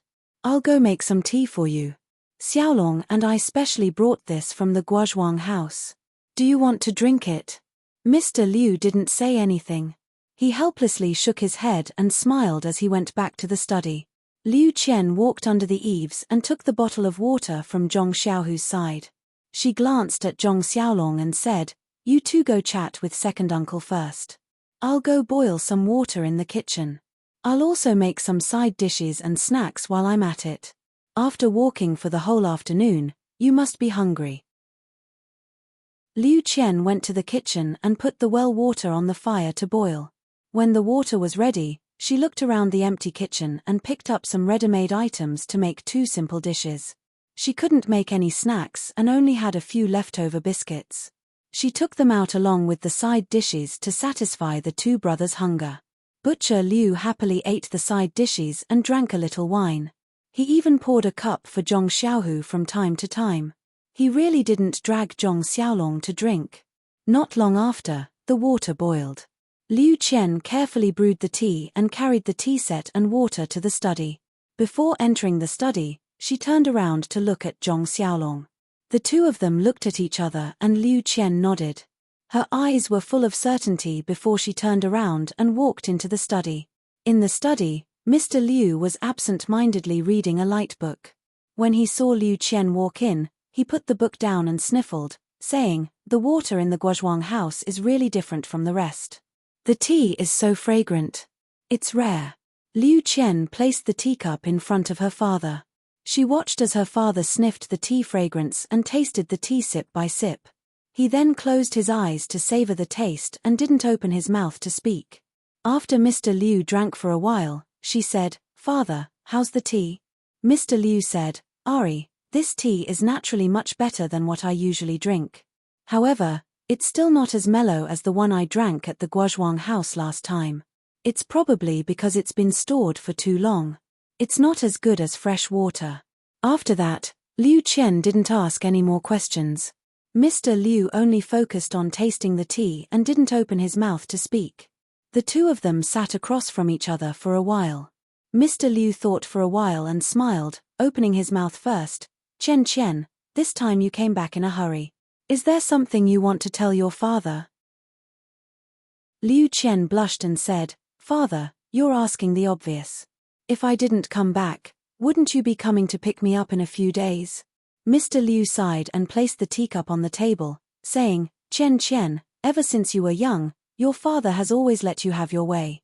I haven't interfered much with you. This time, your father didn't listen to you. You should know your father's painstaking efforts." Liu Qian thought for a while and said, "I'm guessing that father's intention is that you're afraid that I'll suffer in the Zhong family and have to do farm work every day. You're also afraid that Zhong Xiaolong is a rough village man. You're afraid that my life won't be as good as it was at home?" Mr. Liu nodded and said, This life isn't a problem of one person. It's the life of two people. If one person likes to study and the other wants to do farm work, then the direction of life will diverge. Naturally, life will be boring and won't last long. Moreover, the Zhong family is very poor. You should know in the time you've been there that it won't be as comfortable as living in 8 Mile Valley. Liu Qian also nodded and said, "Father, you're right. I've considered all of this. I've even told Zhong Xiaolong's mother. She said something similar to what you said. She also hoped that I would consider it carefully." Mr. Liu asked curiously, "She really said that?" Liu Qian said, "Of course. I didn't think that auntie, a village woman who doesn't know many words, would be so reasonable." Mr. Liu sighed and said, "That's really rare. No wonder she could raise such a magnanimous child." Following that, Mr. Liu said, "Actually, you can't understand all of this. It's just that we've experienced it before. With your personality, even if we say it, it might not be useful. Only when you hit a wall will you understand Father's painstaking efforts. However, although your mother's matter happened a long time ago, it's still vivid in my mind. If I had the ability, I wouldn't have let your mother suffer and leave us early. Therefore, I don't want your mother's tragedy to happen to you again." Liu Qian naturally had a card up her sleeve and said, "Father, perhaps you're too stubborn on this point.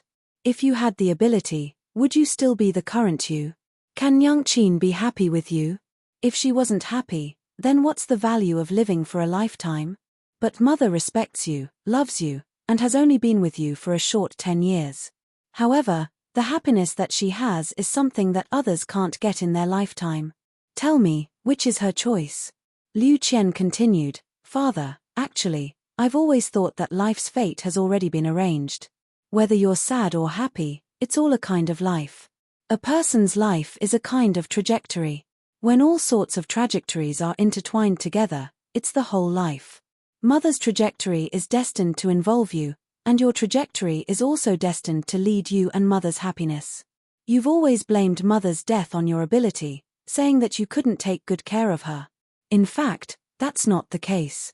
From the moment mother met you, our family's life had already been created. Mother's happiness and ending was already predetermined. Any change would be futile. If father was obsessed with politics back then, you would naturally have neglected mother. Mother wouldn't have left us early, but would she have lived happily?" Seeing Mr. Liu fall into deep thought, Liu Qian continued, "Actually, I've always been thinking about my meeting with Zhong Xiaolong. I've told you before that from the moment I met Zhong Xiaolong in the textile shop, our trajectories have been intertwined. I'm sure father knows about the things that happened during that time. There's no need for me to go into detail. I can only use the word fate to describe my relationship with Zhong Xiaolong. Also, there's a very important thing that father doesn't know about." Mr. Liu was stunned and said, "What is it?" Liu Qian said mysteriously, "Father, do you think that the water in this Guozhuang house is especially delicious?" Mr. Liu said, "Yes, so what?" Then, Liu Qian told Mr. Liu about her grandmother's illness and how she went to Lu Town to see a doctor. Mr. Liu was clearly shocked and asked, "Are you sure that this is the effect of the well water?" Liu Qian said, "Of course. Just look at Zhong Xiaolong's arm and you'll know. Have you ever seen a broken arm heal so quickly in a short month? Also, the last time you came to see me, she said that my skin is much better than before. I can feel it myself now." Mr. Liu frowned and didn't ask any more questions. Liu Qian then continued, "Father, think about it. This well water is a priceless treasure. Your body has always been very weak. Ever since mother passed away, you haven't been well. To be able to make you healthy has always been my wish. Now that we have this well water, living a long life is no longer an extravagant hope. This well water was dug out by the Zhong family and belongs to the Zhong family. Don't you think that this is a chance given to me and Xiaolong by the heavens? Also, Big Brother hasn't gotten married yet. I don't know if my future sister-in-law will be virtuous.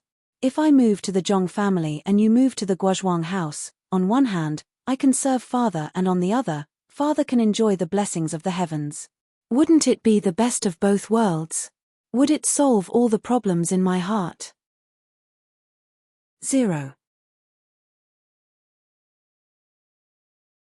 Chapter 47.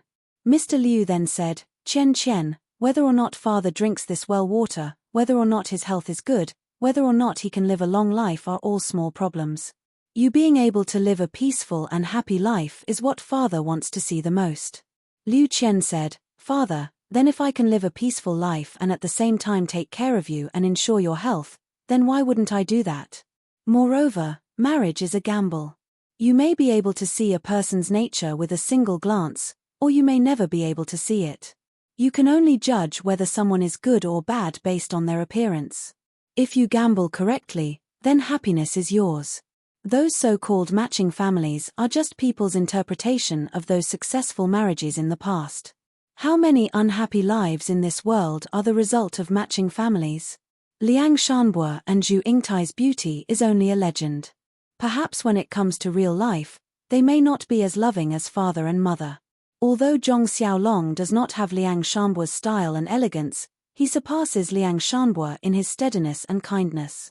Those scholars in the past, I can only see their surface and it is difficult to go deeper. As for Xiaolong, I can see his nature with a single glance. I am willing to continue my fate with him. Mr. Liu was stunned hearing this and said, Chen, teaching you to read and read since you were young, I don't know if it is correct. You have read so many books that I have no words to refute you. Liu Chen smiled and said, Father, I am just feeling a little.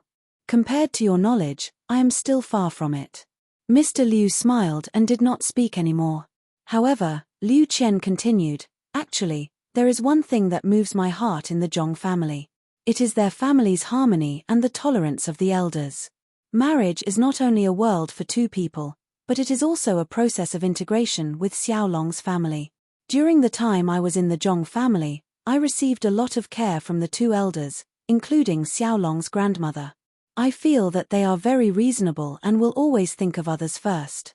Only this kind of family can let the younger generation obtain happiness and truly live a good life.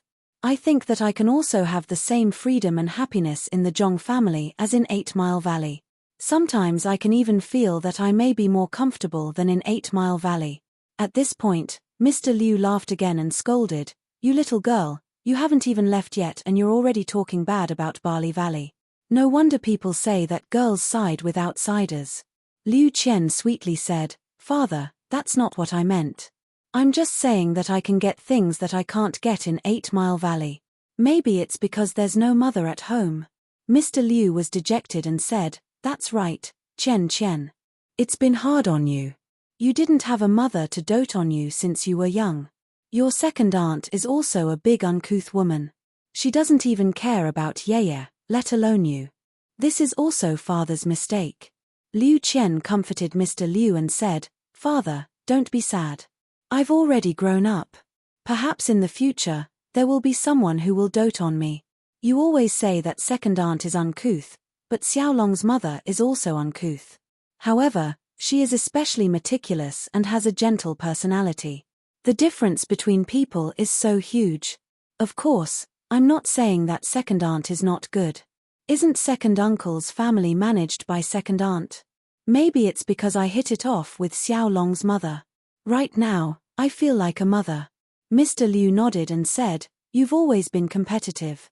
It's rare for someone to be so subdued by you. It seems like this is also one of the reasons why you chose Zhong Xiaolong. Liu Chen blushed and nodded. Mr. Liu let out a long sigh and said, This Zhong Xiaolong was able to meet you and save you.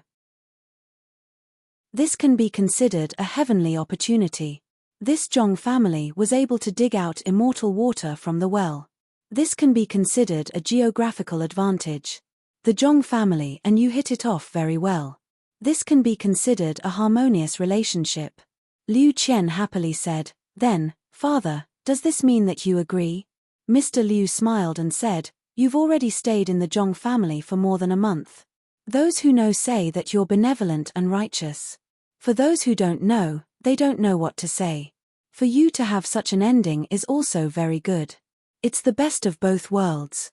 Moreover, with your personality, if I don't agree, will you imitate Kui Yingying? Liu Chen charmingly smiled and said, Father isn't that bigoted old Madam Kui. Mr. Liu said, Don't be so talkative. When I saw that you came back, I knew that you were fully prepared to persuade your father.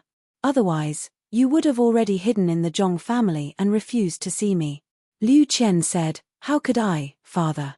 Didn't your daughter take the initiative to come back? The father and daughter chatted for a while. Mr. Liu said, it's already late. Quickly go and arrange dinner. Let your second aunt and you come over to help. Today, we'll have a reunion. Oh right, you should also quickly go and tell Xiao Long. I'm sure he's feeling uneasy right now. When Liu Qian heard this, she happily said, then father, come with me. You guys can also chat and get to know each other better. Soon after, Liu Qian helped her father out of the study. The sky outside was already dark. An oil lamp had already been prepared under the eaves. Butcher Liu and the other two were still sitting and talking. There was a person sitting with his back facing them. It was Liu Qian's eldest brother, Liu Kai. Zhong Xiaolong's eyes had already swept across the study door countless times. He didn't hear what Butcher Liu and the others said. He was only worried about himself and Liu Qian. At this moment, when Liu Qian and Mr. Liu came out, he was naturally the first to see them. He subconsciously stood up. When Liu Qian saw Zhong Xiaolong stand up, she gave him a sweet smile and nodded slightly. Zhong Xiaolong knew that it was a success and he couldn't help but be overjoyed. At this time, Liu Kai also noticed the movement behind him. He quickly turned around and saw his sister whom he hadn't seen for a long time. He was naturally happy. He got up and ran over. When he was in front of her, he carefully sized her up. He couldn't help but ask Liu Qian, Qian, I haven't seen you in so long. Why do I feel that you're completely different from before? Not only have you become fairer, your eyes have also become much clearer. Your temperament has also become much more elegant. How is this caring for other people's injuries? When Liu Qian heard this, she happily looked at Mr. Liu. Mr. Liu also understood and nodded. Liu Qian said, how is that possible? Big brother, it's just that I haven't seen you in a long time. After a few days, you'll find that your sister is no different from before. Liu Kai suddenly understood and said, that makes sense. A scholar who has been away for 3 days will have a whole new level of respect. Perhaps this is the reason. Liu Qian skipped this topic and said, Big brother, how are we going to eat tonight? Liu Kai jumped up and said, I was talking to second uncle and Zhong Xiaohu just now and forgot about this matter. I'll go to second aunt's house to inform them. Liu Qian stopped him and said, Father wants us to eat at our house. It can be considered a reunion. I'll go to the village entrance to buy some things. You go to second aunt's house and see what they're cooking. Bring it together and ask them to come over and help. Liu Kai agreed and hurried off. Liu Qian wanted to go out to buy things and Zhong Xiaolong naturally wanted to go with her. However, he was stopped by Mr. Liu. He said, Xiaolong, don't go yet. Come with me to the study room. In the end, Zhong Xiaohu followed Liu Qian to the village entrance, leaving Butcher Liu to drink alone. This guy looked at the busy people and happily drank his wine. He felt that life was really colorful. Zhong Xiaolong was a bit nervous as he followed Mr. Liu into the study room. Liu Qian's eyes just now had already told him that she was satisfied with the result.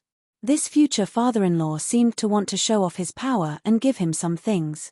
Although he was mentally prepared, he still felt that there was a small person in his heart that kept on pumping water. Mr. Liu entered the study room and had Zhong Xiaolong sit down. However, he did not sit down.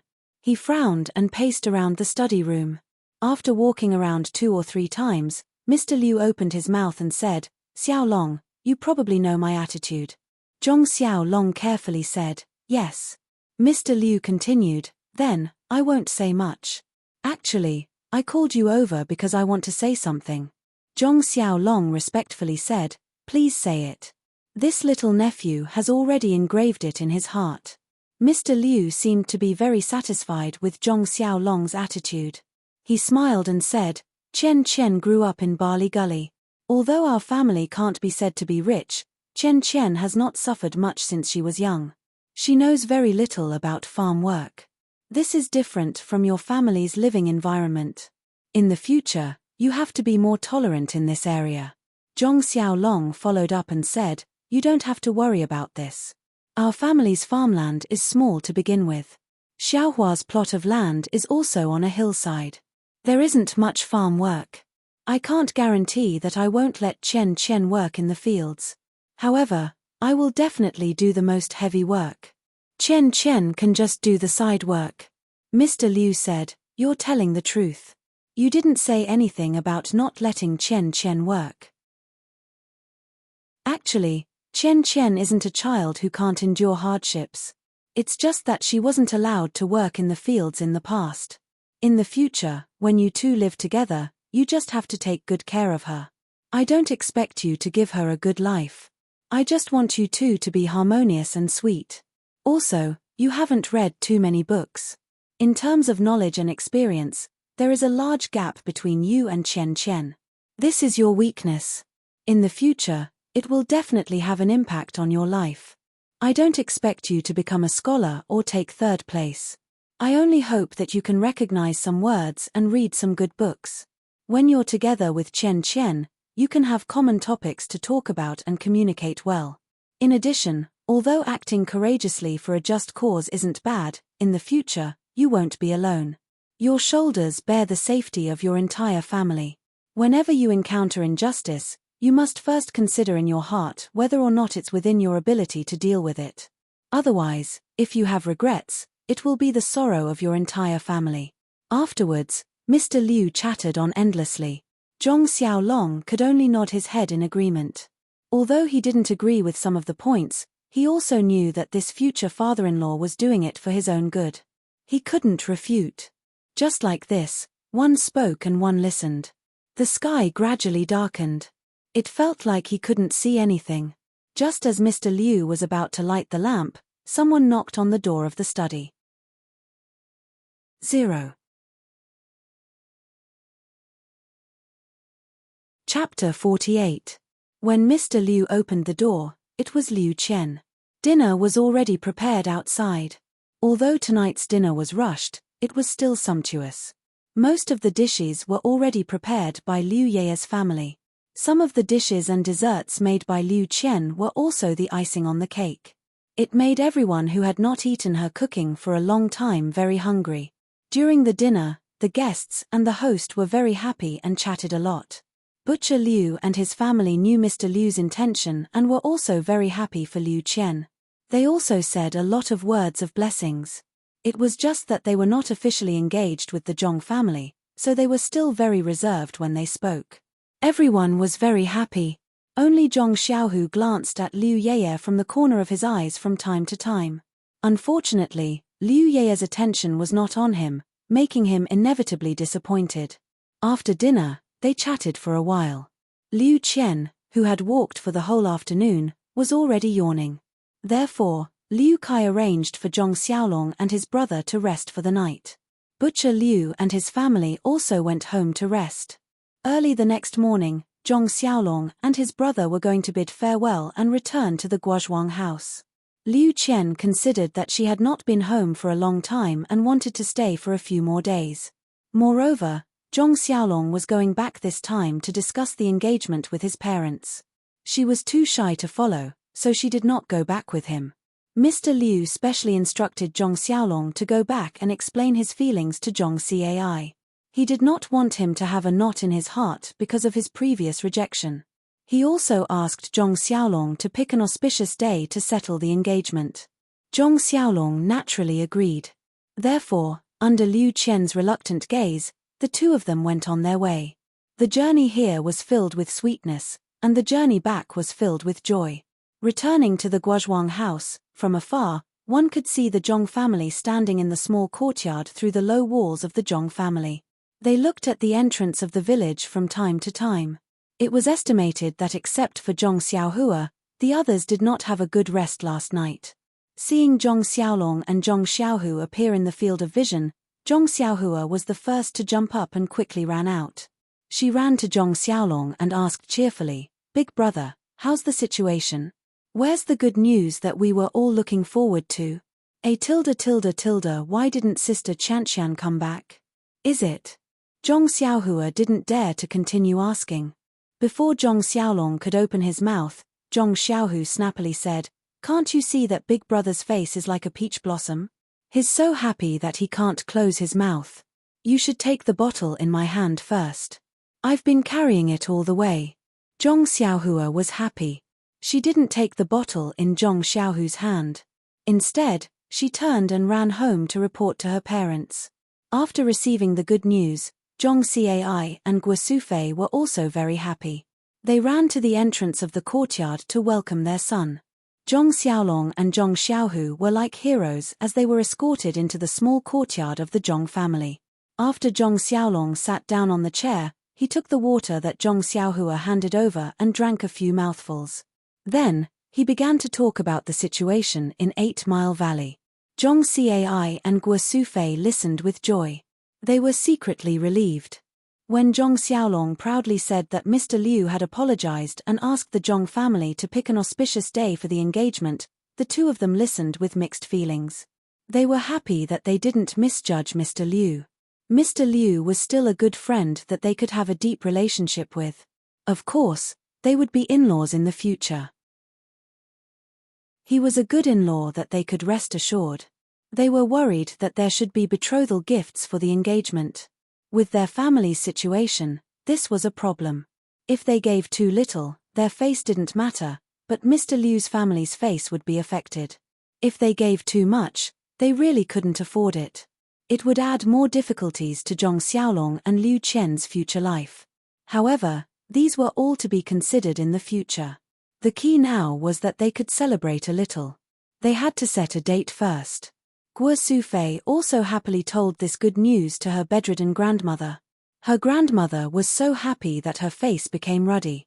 In the next few days, the Zhong family was immersed in joy. When spring returned to the earth, Zhong Xiaolong's spring had also arrived. Zhong Cai and Guo Sufei were busy with the engagement. Zhong Xiaolong and his brothers were busy with the spring plowing and planting in the fields. The weather was getting warmer day by day. The soil in the fields had already been frozen.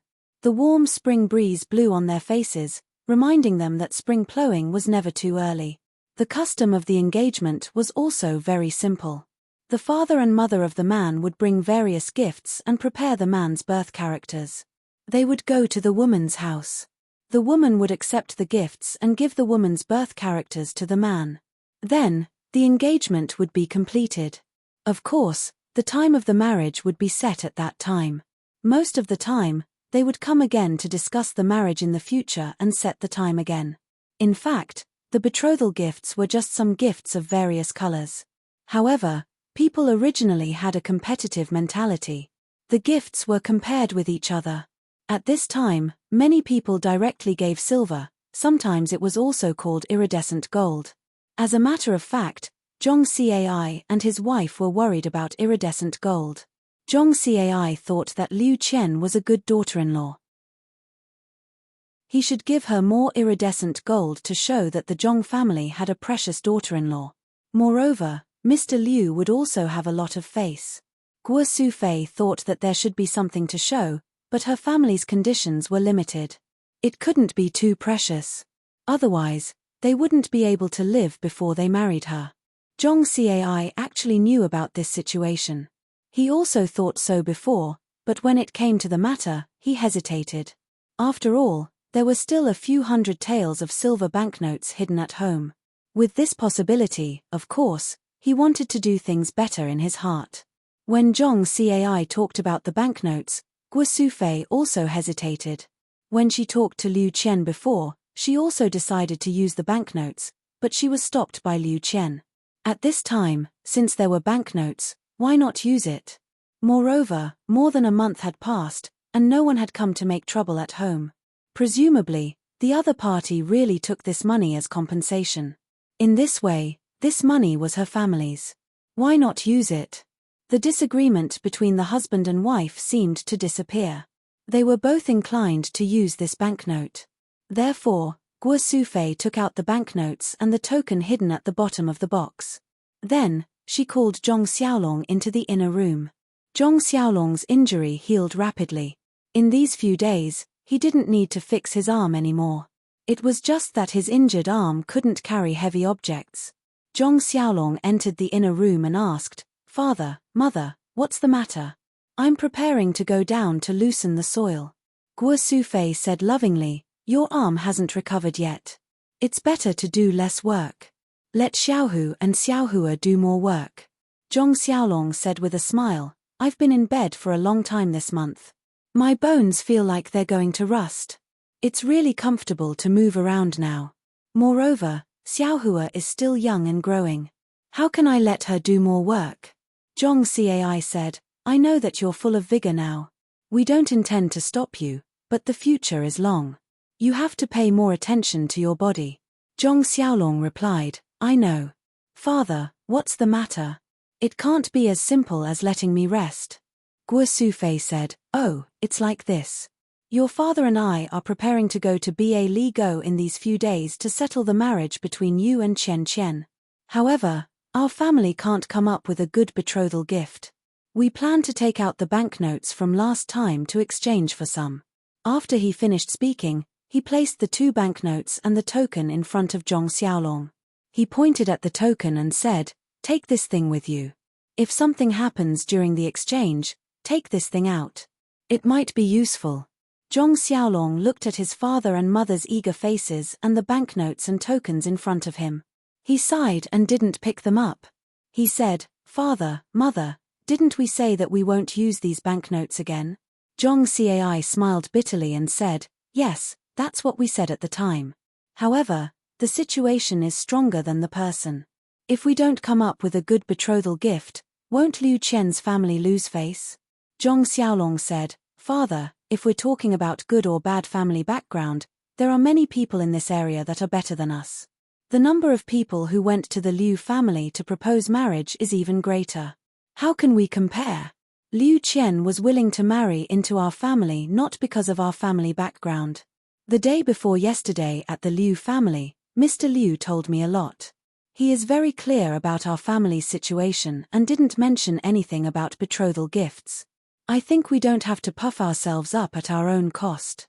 Guo Sufei said, "Xiaolong, they didn't mention it, but that doesn't mean they don't care. It's not strange to have too many gifts. We should be prepared." Zhong Xiaolong said, "No, Mother. I can't ruin the family just because I want to marry a wife. These banknotes are a disaster. We must not use them." Guo Sufei said, "Your father and I have also discussed this. They haven't come to our door for so long. It should be fine. Moreover, we have this token. They may not dare to do anything to us." Zhong Xiaolong smiled bitterly and said, "Mother, this token was given to us by Heroine Shu to protect our lives. It only says that if there are bullies who come to find trouble, we can use it to prove that she is here to protect us. Moreover, didn't Hero Wen also say that? Don't touch these banknotes. When the bullies come to our door, we must quickly return them. If they come to our door in the future and we don't have any banknotes to give them, what will we do?" Zhong Cai and Guo Sufei were speechless. In fact, it's not that they don't know these things. They are confused because they are concerned. When it comes to matters concerning their son, it's inevitable that they will be confused. Zhong Xiaolong said again, "The Liu family doesn't admire us for things like money. Moreover, don't we have something more precious than money in our family? If there is a chance in the future, we can just give it to Mr. Liu." Zhong Cai smiled bitterly and said, "What is better than money in our family? How come I don't know?" Zhong Xiaolong smiled mysteriously and said the following words. 0. Chapter 49. Zhong Xiaolong smiled and said, "It's our well water. When I saw Mr. Liu drinking tea that day, he was happier than if we gave him 10 taels of silver. In the future, we can give him more well water. Not only can it satisfy his appetite, but it can also ensure his health. Isn't that better?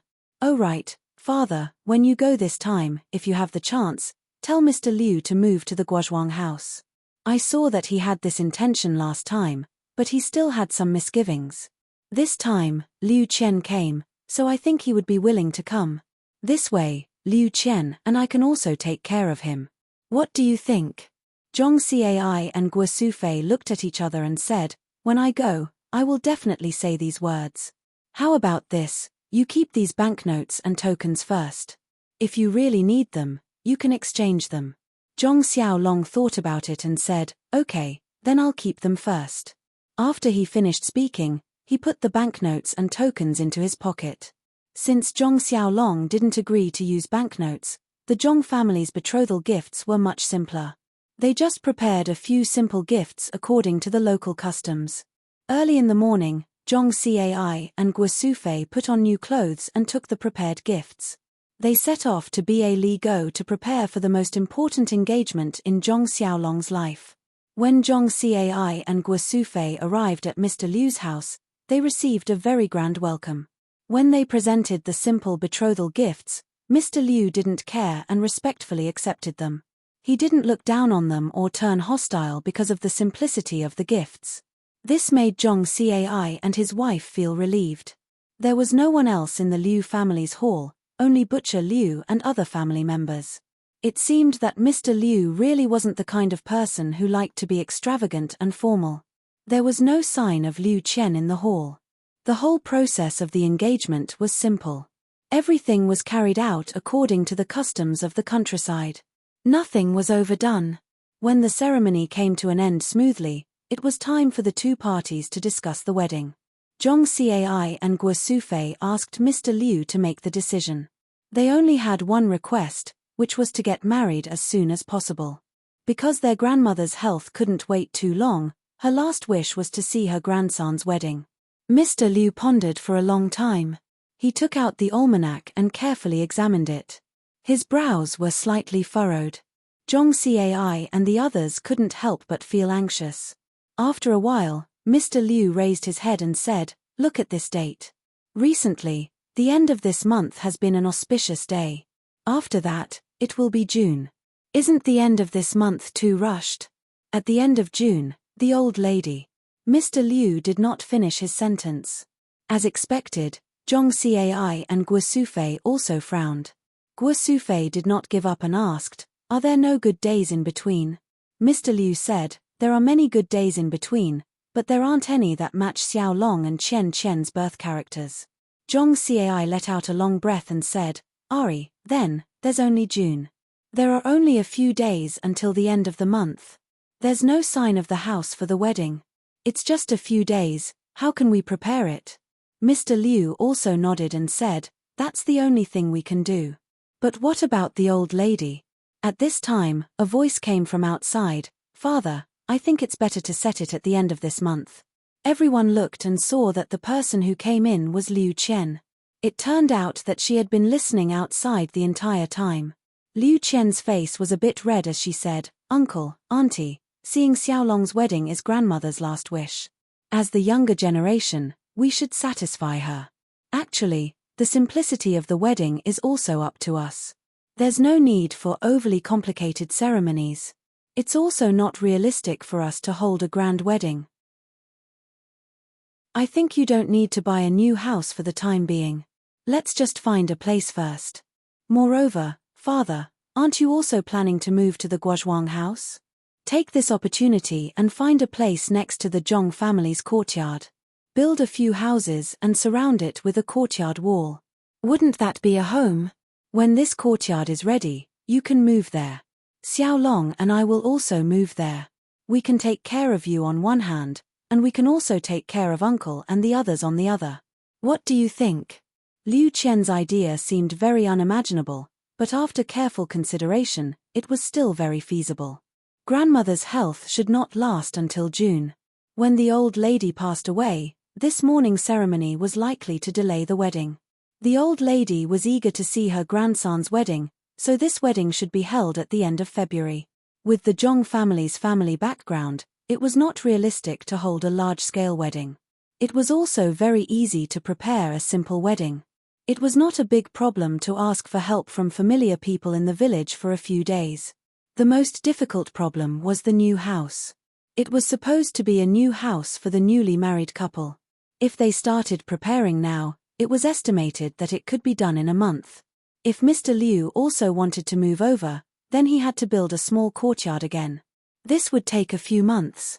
Liu Qian also wanted to take care of her father. Of course, this courtyard had to be built, so it was better to put it together. However, what Zhong Cai was thinking now was that Liu Qian wanted to separate from Xiaolong before she married into the family. She wanted to live with her father. It seemed that she wanted to separate from the family. Could it be that she had other thoughts? However, after that, Zhong Cai denied this idea. What did his family have that Liu Qian coveted? It was nothing more than that. Well, Liu Qian persuaded her father to go there because she wanted to consider her father's health. This was filial piety. Xiaolong and Liu Qian would live alone. To be honest, it was a matter of time. There were 3 sons in the family. How could they not separate from the family? It seemed too early to mention it at this time, but after thinking about it carefully, it was still appropriate. At least, it would let others see Liu Qian's vision. It would not let Zhong Xiaohu and Zhong Xiaohua have a knot in their hearts. Mr. Liu naturally had no opinion in his heart. He was originally thinking about how to retire. He was a teacher and was respected everywhere. He heard that there was no teacher in the Guozhuang house. He would definitely be popular if he went there. Moreover, there was a daughter to rely on there. He could also protect his daughter. Why not? He was still thinking about how to bring up the matter of moving to Zhong Cai. His daughter brought it up at this time. It was really timely. There were people who objected. That was Butcher Liu's family. Butcher Liu raised his voice and said, "Big brother, why do you want to go to the Guozhuang house? You didn't even discuss it with me. The 2 of us grew up in Barley Valley." Mr. Liu said gently, "Second brother, I'm also thinking about it. Qianqian is going to marry into the Guozhuang house far away. She is unfamiliar with the place and there is no one to take care of her. Liu Kai and I are at home alone. There is no woman to take care of us." Liu Yeye interrupted and said, "Uncle, don't you still have me? Haven't I been helping at home all this time?" Mr. Liu said with a smile, "Yeye, I know that you are working hard at Uncle's house. But after all, it is not a long-term solution. Look at your sister's engagement. She is about to get married. Are you still far away? Even if you find a husband in Barley Valley, you can't come over every day to look after the house for Uncle. Moreover, Liu Kai also needs to find a wife to live with. This house should be given to him quickly. If I don't force him, who knows when he will find a wife?" Liu Kai said with a red face, "Father, look at what you are saying. I haven't found a suitable one yet." Mr. Liu glanced at him and said, "Then you should look for a good one for me. Strive to settle the matter with your sister this year. We will have a double happiness." Liu Kai did not say anything. Then, Mr. Liu said to Butcher Liu, "Second brother, although this Gua Manor is far, it's actually only half a day's journey. Even if I move there, it'll still be very convenient for me to move around in the future. Moreover, that business of yours as a butcher has nothing to do with my teaching. You and I have a brotherly relationship, so we can just move around every 10 days to half a month. We definitely won't drift apart because of time. In the future, when you are tired of staying in Barley Valley, you can also move in with me." Mr. Liu knew that Butcher Liu was outspoken and could not keep secrets in his heart. Therefore, he did not mention a word about the well water. Of course, if the water was really effective in the future, Mr. Liu would definitely bring Butcher Liu and the others over. Mr. Liu saw that no one had any objections, so he set the date with Zhong Cai. It was the day at the end of February. Then, he discussed the details with Zhong Cai. Liu Qian did not listen in and left. Liu Yeye also followed her out. When they arrived at Liu Qian's boudoir, Liu Yeye teased, "Elder sister, do you think that Xiaolong is in such a hurry to marry over?" Liu Qian said, "It is not what you think. This Zhong family's grandmother does not have many days left. The last time I was at his house, she was already coughing up blood.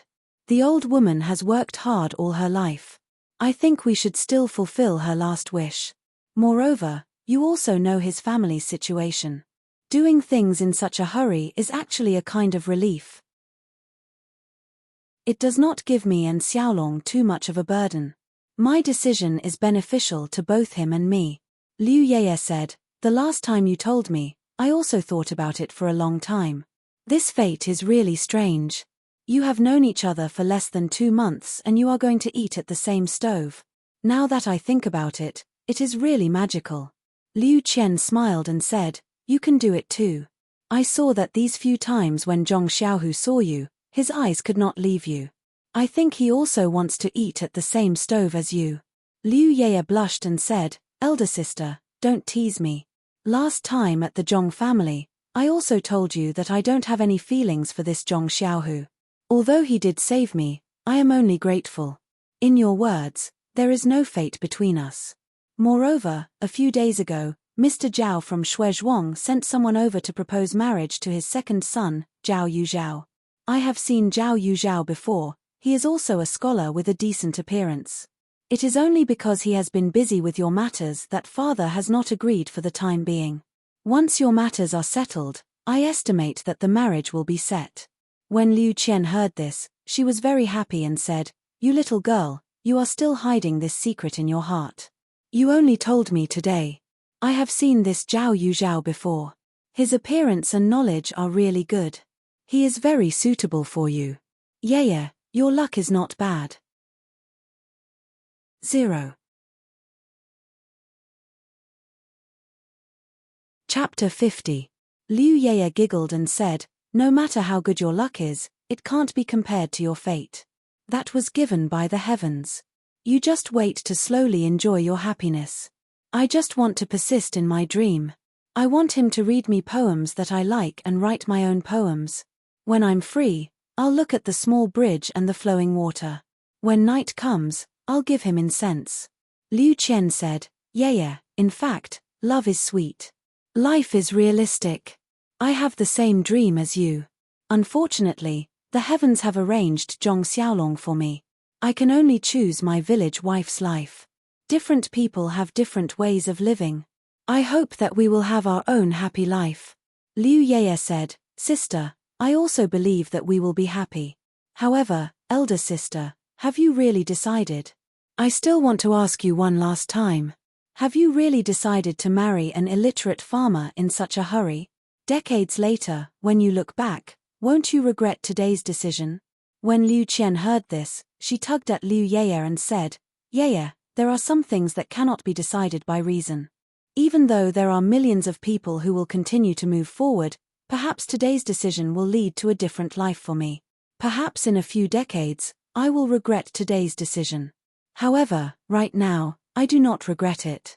When you are afraid of the slightest thing and do not know when to advance or retreat, you have lost the right to choose. Life is the combination of many choices. Different choices are different lives. If you and I both make the same choice, then wouldn't there be no joy in life? Although Xiaolong is a farmer, he is not illiterate.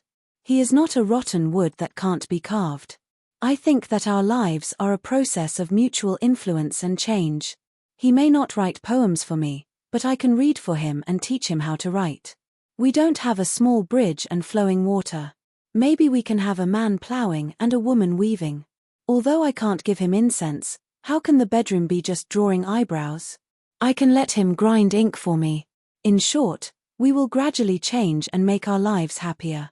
Liu Yeye also smiled and said, elder sister, your homework was better than mine when you were young, and you read more books than me when you grew up. I can't win against you, but I always feel that you will suffer a lot if you marry into the Zhong family. Why do you want to make yourself uncomfortable? However, Liu Qian said, you are still a little stubborn. The word happiness is the same for everyone. The happiness of the poor is no different from the happiness of the rich. It doesn't mean that your happiness is better than others just because you are rich. So, when I choose to be poor or rich, I am choosing happiness. There was happiness in suffering, and there was happiness in enjoying. As long as one felt happy, why would one be afraid of suffering? Even if it is pain in the eyes of others, how can you know the sweetness in it? As the saying goes, if you are not a fish, how can you know the happiness of the fish? There is only so much happiness in this world. The more happiness you have, the less happiness others will have. If you feel unhappy every day, then others will have more happiness every day. Instead of sharing your happiness with others, why don't you live happily every day? Liu Yeye listened and frowned. She understood something in her heart, but she immediately let go and said, "Elder sister, I am here to persuade you, but what you said made me think differently. However, even if you are right, I do not have the slightest interest in that Zhong Xiaohu." Liu Qian said, "You little girl, I am just telling you my own thoughts. I am not prepared to be a matchmaker." Not to mention the two sisters quarreling in the room, the two prospective in-laws in the hall had already discussed the specific details. At this time, it was already late. If they rushed back to Guozhuang, they would have to travel at night. Naturally, Mr. Liu would not let them leave like this. Dinner was eaten at Mr. Liu's house. After the engagement, they were now considered a family. This meal was naturally eaten to their heart's content, and both the host and the guest were happy. Early the next morning, when the sky was still hazy, Zhong Cai and Guo Sufei said goodbye to Mr. Liu and hurried back to the Guozhuang house. There were only a few days until the end of the month. They still had to hurry back to prepare for the wedding. The task was very difficult. When the two elders rushed back to the Guozhuang house and told Zhong Xiaohu the good news, Zhong Xiaohua and Zhong Xiaohua, who were waiting at the side, were so happy that they almost jumped up. Their impression of this future sister-in-law was really good. They did not expect that they would be able to see this sister-in-law in a few days. It was really unexpected. When Grandma heard Liu Qian set the date a few days later, she kept nagging, "Good child, good daughter-in-law." If there was a memorial tablet, she would have burned a few sticks of incense to thank the ancestors for finding such a good granddaughter-in-law. Zhong Cai and Guo Sufei's family had a very good reputation in the Guozhuang house. Moreover, there had never been any big events in the family. This time, for their eldest son to marry a daughter-in-law, the villagers naturally did their best to help. Many people had also seen Liu Qian. Although the Zhong family did not admit the relationship between Liu Qian and the Zhong family before, everyone had a lot of gossip behind their backs. This time, they could marry Liu Qian legitimately, which was also something that everyone expected. However, they did not expect that the time would be so short. Some people even thought in the wrong direction. But when the people with good intentions mentioned Grandma, they immediately understood and could not help but give Liu Qian a thumbs up. When the villagers came to congratulate them, they would receive them in the big shed. The new house needed to be prepared. For the time being, they would use the house where the three brothers lived. Zhong Xiaohu was forced to squeeze together with Zhong Xiaohua on the Kang bed. The house in the small courtyard also needed to be slightly repaired. Fortunately, the firewood was good. With the help of the villagers, everything was completed within the scheduled time.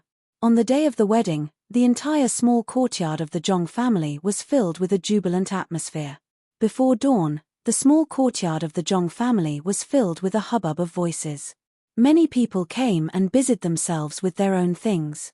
Some of the women in the village came to help tidy up the tables and chairs, and help to clean up the vegetables. The chef also started a fire and began to prepare the meal. Zhong Xiaolong was also woken up early. After tidying up, he prepared to ride a big horse, bring the bridal sedan chair and the band to Barley Gully to marry Liu Qian. The route of the wedding was naturally not the small path that they usually took. It took longer than usual. Moreover, they had to rush back before noon. Of course, they had to set off through the stars and the moon. When everyone was ready to set off, Guo Sufei found that the best man, Zhong Xiaohua, was missing. She hurriedly asked Zhong Xiaohu. He also felt very strange. In the middle of the night, he heard someone in the courtyard and got up early to help. When he got up, he also called Zhong Xiaohua. It seemed that he did not get up. Zhong Xiaohu hurriedly went back to the room to take a look. Sure enough, Zhong Xiaohua was still sleeping soundly on the Kang. No matter how Zhong Xiaohu called, he did not wake up. In the end, Zhong Xiaohu ruthlessly poured water on him. He even turned over and went back to sleep, leaving everyone at a loss. However, the matter of the best man had been handed over to him yesterday. They could not find anyone else temporarily. Fortunately, there was a sedan chair. Moreover, Grandmother also knew that Zhong Xiaohua slept until the sun came out. Everyone carried Zhong Xiaohua into the sedan chair and let him sleep. Now, her sister-in-law had not even sat in the sedan chair, but her brother slept first. In this way, the wedding procession carried Zhong Xiaohua sleeping in the sedan chair to Ba Li Go in the dark. When the procession had traveled more than half the distance, the sky was like a fish belly. When the sun peeked out from the horizon, that ray of sunlight swept over the sedan chair. Only then did Zhong Xiaohua open his eyes. Rubbing his eyes, he found that he was sleeping in an unfamiliar environment. Surprised, he lifted the curtain of the sedan chair. Only then did he realize that he was sleeping in an unfamiliar environment. He stopped the sedan chair and Zhong Xiaohua came down from the sedan chair. He ran in front of Zhong Xiaolong's horse and hurriedly apologized to his elder brother. Zhong Xiaolong pulled him to ride on the horse and hugged him, saying, "Xiaohua, it's okay. You were sleeping to grow. You didn't delay anything, so why are you apologizing? However, this time I really opened my eyes. How come I didn't know that you could sleep so much that you couldn't even wake up with water?" Zhong Xiaohua blushed and said embarrassedly, "I don't know. Maybe I used to sleep like this before, but I never got up so early." Zhong Xiaolong thought about it and felt that it was true. He and his younger brother had always slept together. In the past, he didn't find anything unusual. Moreover, he never got up so early. Maybe Xiaohua had always been sleeping like this. Anyway, there was nothing wrong with him. He didn't need to get up so early in the future, so he didn't ask anymore. The rest of the journey was not far. With the two brothers chatting and Zhong Xiaolong's excited mood, they quickly finished the journey. The village entrance of Ba Li Go could be seen from afar. Only then did Zhong Xiaolong stop the horse and let the wedding procession rest for a while. Then a special master arranged for people to set off the firecrackers and let the band play music. Zhong Xiaohua also quickly and obediently jumped down from the horse. She took the horse's reins from her elder brother's hand and walked to the front. She led the horse forward slowly. The people of the Liu family were naturally waiting at the village entrance early. When they saw the wedding procession, someone hurried back to report to Mr. Liu. The wedding band also broke the silence of the early morning. The villagers of Ba Li Go were all awakened by this festive sound early in the morning. Before the wedding procession entered the village, many children and villagers stopped them and asked for candy and other things. The Zhong family was naturally prepared. Someone took out the prepared things and scattered them to the crowd. Everyone picked up the candy and dispersed in a hubbub. They let the wedding procession move forward. In the short distance from the village entrance to the Liu family, the wedding procession was stopped several times. However, everyone was very happy and didn't get angry because of this. It was the custom of the countryside. When a family had a happy occasion, everyone wanted to share the joy. The more joy they shared, the bigger the family's happy occasion. The wedding procession couldn't wait to be stopped as much as possible. 0.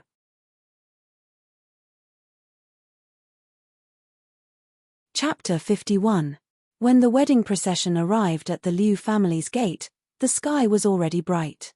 There were already many people waiting at the gate. Zhong Xiaohua led the horse to the front of the crowd before stopping.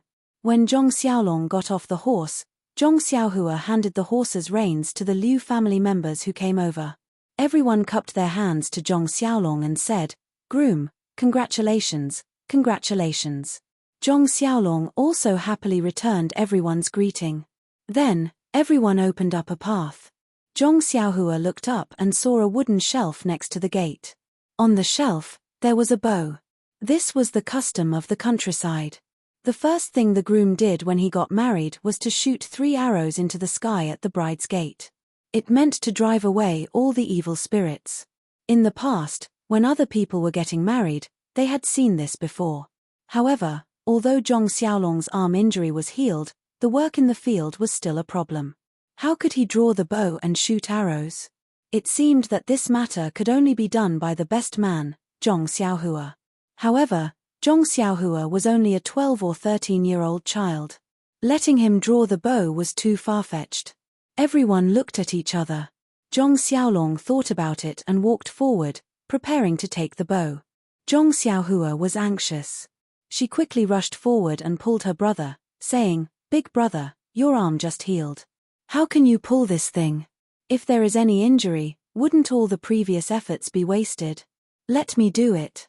Zhong Xiaolong smiled and said, it's okay. It's just drawing the bow and shooting.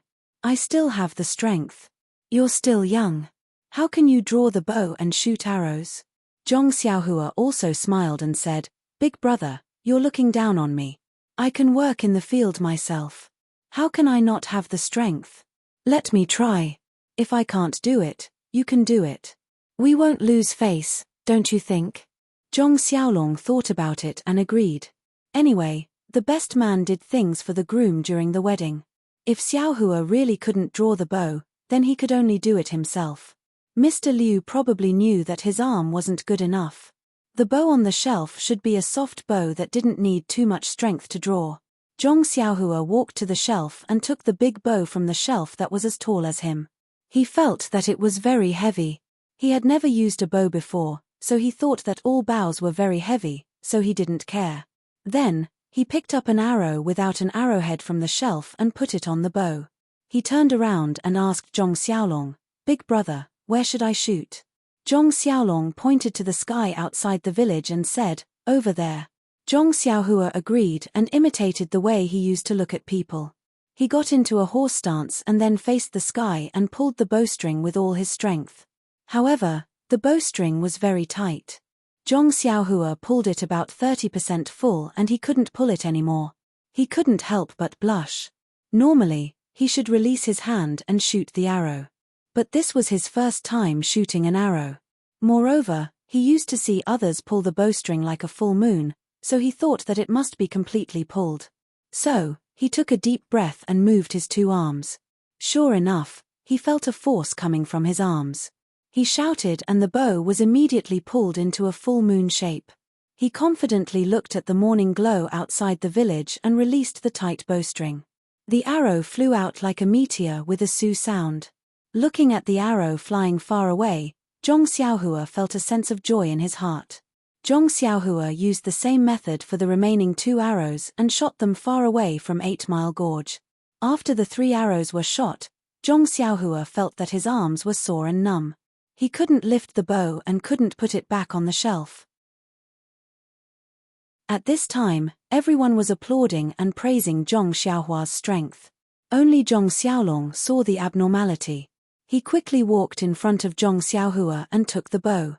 He was about to put it back on the shelf, but unexpectedly, his hand felt heavy. He quickly exerted some strength and caught it. Zhong Xiaolong was very surprised in his heart. Why is this flexible bow so heavy? However, at this time, everyone had already surrounded him. He didn't have time to think carefully and just put the bow on the shelf.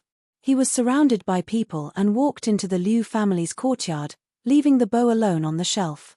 Just as Zhong Xiaolong was being crowded into the Liu family's courtyard, Hunter Zhong at the north end of 8 Mile Gorge was packing up and preparing to go hunting in the mountains. He walked into the small house where he kept the bow and arrows. Not long after, he came out in a flustered and exasperated manner and asked his wife, "Boy's mother, where did the bow on the shelf go?" His wife asked curiously, "Which bow? How would I know? I've never entered that small house." Hunter Zhong was anxious and said, "It's the 5-pickle bow that was passed down from my ancestors. It was on the top of the shelf on the right. I saw it the day before yesterday, but it's gone today. Could it be that there was a thief at home yesterday?" His wife was preparing breakfast on the stove when she suddenly remembered something and hurriedly ran out, saying, "I remember now.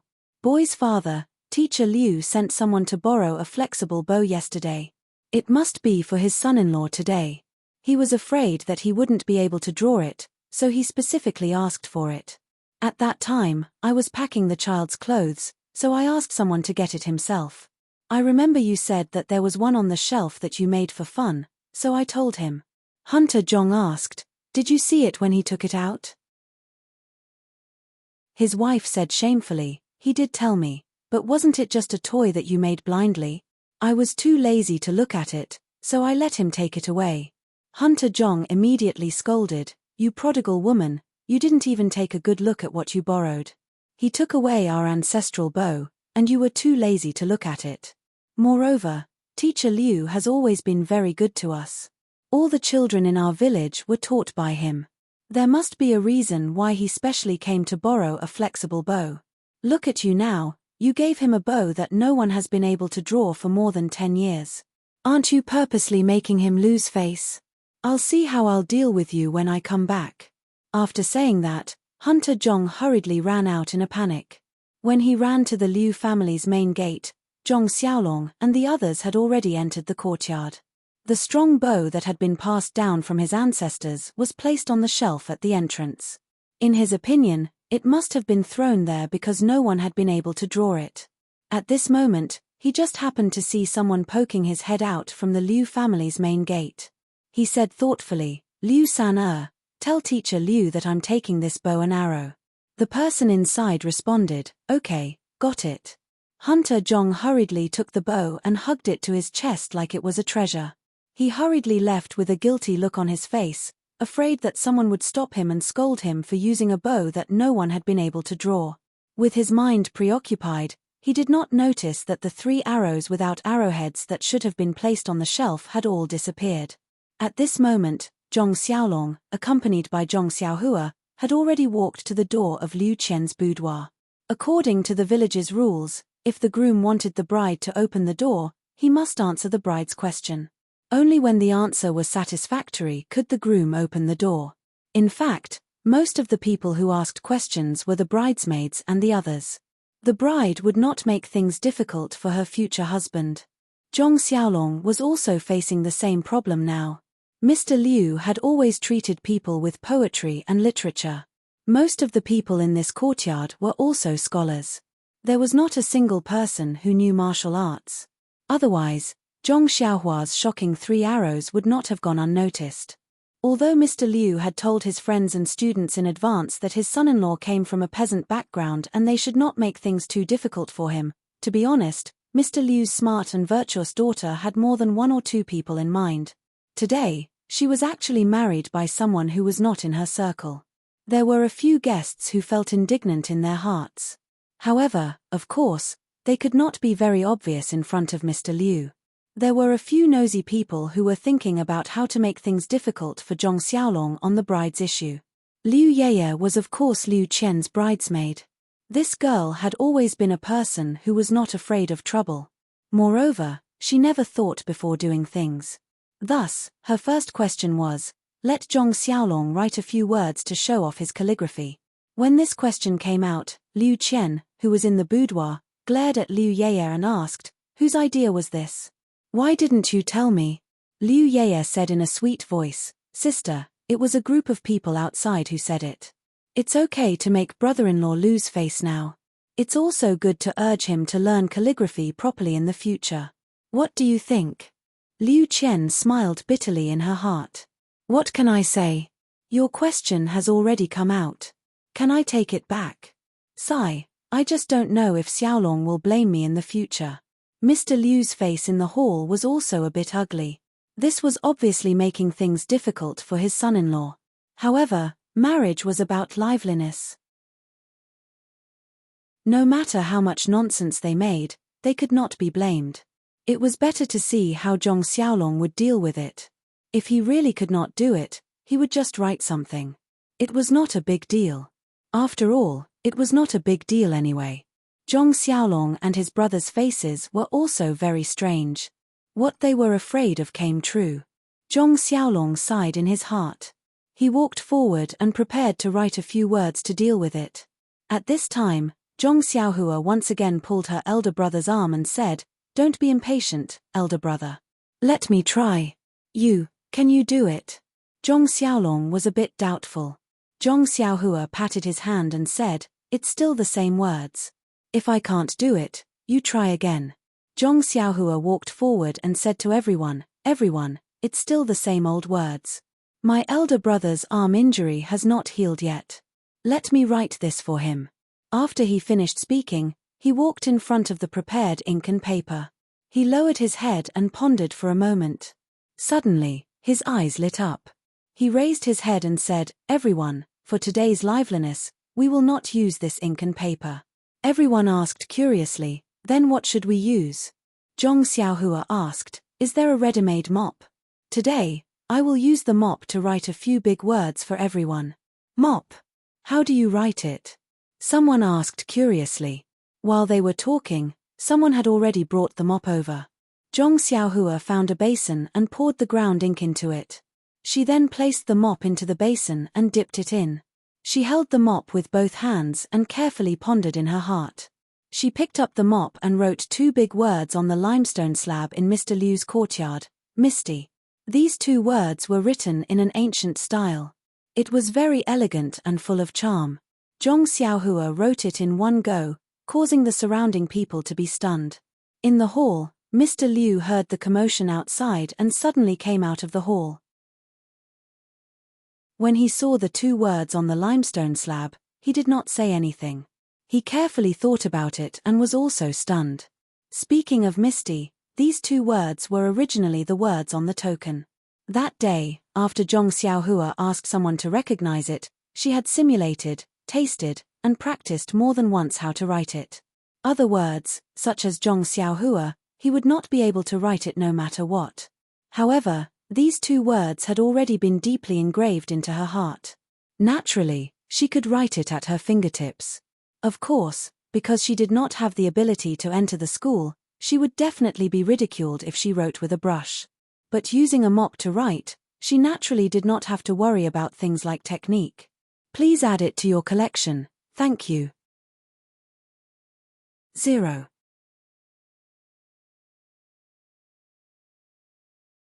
Chapter 52. The word misty was written in an ancient style, full of elegance and charm. Zhong Xiaohua wrote it in one go, making the surrounding crowd stunned. Mr. Liu, who was in the hall, heard the clamor outside, and suddenly became abnormally quiet. He also came out of the hall, and when he saw the 2 words on the bluestone board, he didn't say anything. He tasted it carefully and was actually stunned. Speaking of the word misty, it was originally the word on the token. That day, after Zhong Xiaohua asked someone to recognize it, he had simulated, tasted, and practiced how to write it more than once in his heart. Other words like Zhong Xiaohua and Zhong Xiaolong were words that he couldn't write no matter how hard he tried. However, these 2 words had been deeply engraved in his heart, so naturally, he could write it at his fingertips. Of course, based on his standard that hadn't entered the school, writing with a brush would definitely be ridiculed by others. Using a mop to write, he naturally didn't have to care about techniques and such. Suddenly writing it was really shocking. Of course, there were also people who didn't know the value of the word. That butcher Liu was the first to speak. Why aren't you saying anything? Is it good or bad? Say something. These words immediately woke everyone up. Everyone clapped their hands and praised together. Good words, good words. The meaning is casual, the ancient charm is long, rare, rare, rare.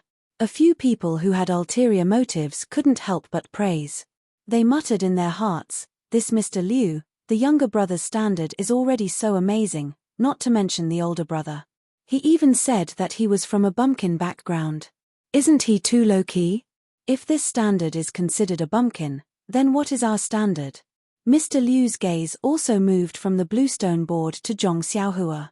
He naturally knew of Zhong Xiaolong's standard, but this Zhong Xiaohua at such a young age actually had such standard. He really hid it deeply. He had treated him as a child before, but it seemed like he had eyes but didn't recognize Mount Tai. He had to dig more in the future. Actually, Zhong Xiaolong was also very surprised, but now wasn't the time to be surprised.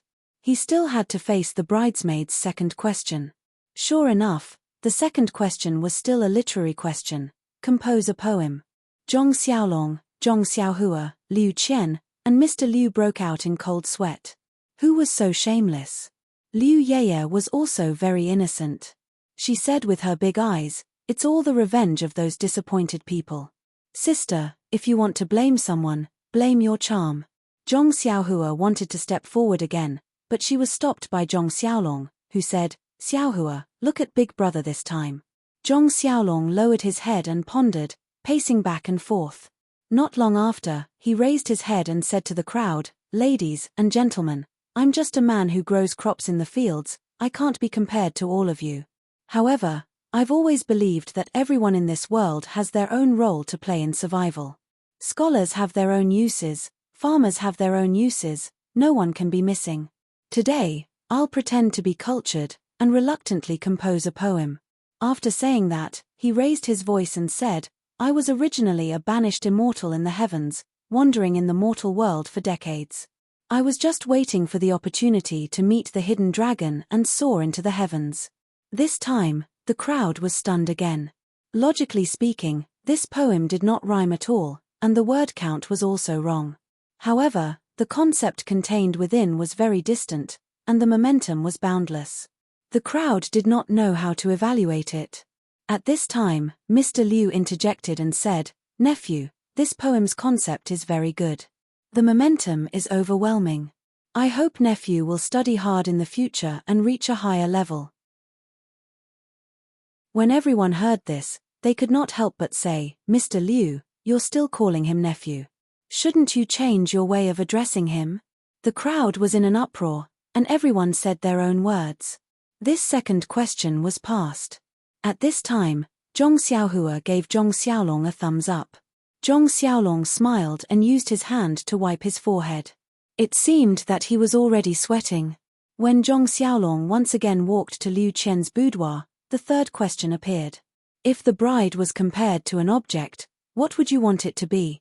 This question was very tricky. Everyone's answer would be different, and no matter how they answered, it could be said to be a very good answer. It was also this kind of question that looked easy, but on the contrary, it was not easy to answer. Many people in the crowd were thinking in their hearts. If they were to answer this question themselves, what would they say?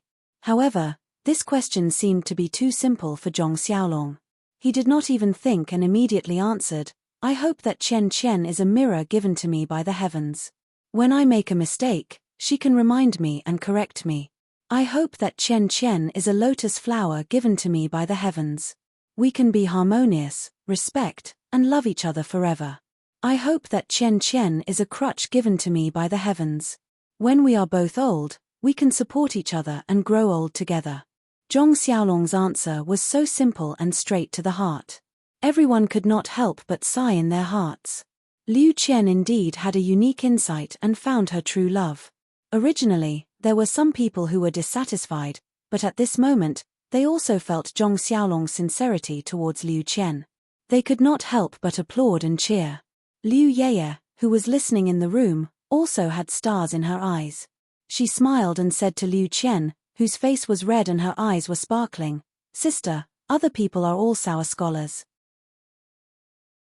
This future brother-in-law has not studied for a few days. How can he be so sour? Could it be that sister's few days in the Zhong family can make this Zhong Xiaolong so sour? What kind of distance is that? Liu Qian scolded, You're thinking too much. Liu Qian scolded with a smile, You little girl, you're always thinking in the wrong direction. I didn't think that this little dragon would have such literary talent and accomplishment. I didn't teach him these. I only thought that he had the potential in this area. It seems that I didn't misjudge him. Yeye, why aren't you opening the door? After that, she put the red veil on her head. Liu Yeye said, Yes, bride. After that, she opened the door wide. The people outside the room saw the door open and knew that the bride's side had passed. Naturally, there was a burst of cheers. Then, Zhong Xiaolong entered the room. Under the accompaniment of the bridesmaid, Liu Yeye, he carefully brought Liu Qian out. They walked into the Liu family's hall together. In the hall, Mr. Liu was already sitting there. Zhong Xiaolong and Liu Qian walked in front of Mr. Liu and knelt down together to kowtow 3 times to the old man. After they finished, Mr. Liu quickly stood up and helped them up. At this time, Liu Qian was already sobbing. She felt the pain of leaving home. It was also because she had gone to other places in the past. In the end, she had to return to her home. No matter where she was, she always had this root in her heart. From today onwards, this was no longer her home. She did not need to think about coming back. She inevitably felt a sense of loss in her heart.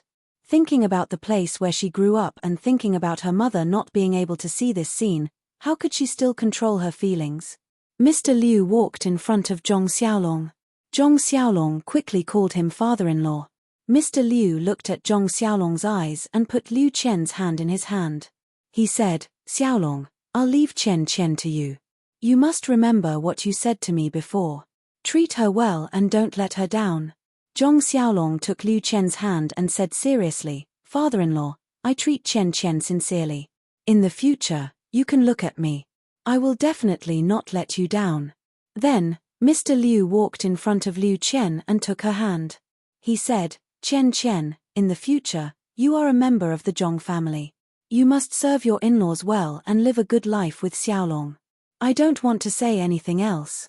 I just hope that you can grow old together and live a happy life. Liu Qian cried and said, I know, father. We will do it. Then, Mr. Liu said, okay, you should go back quickly. They must still be waiting.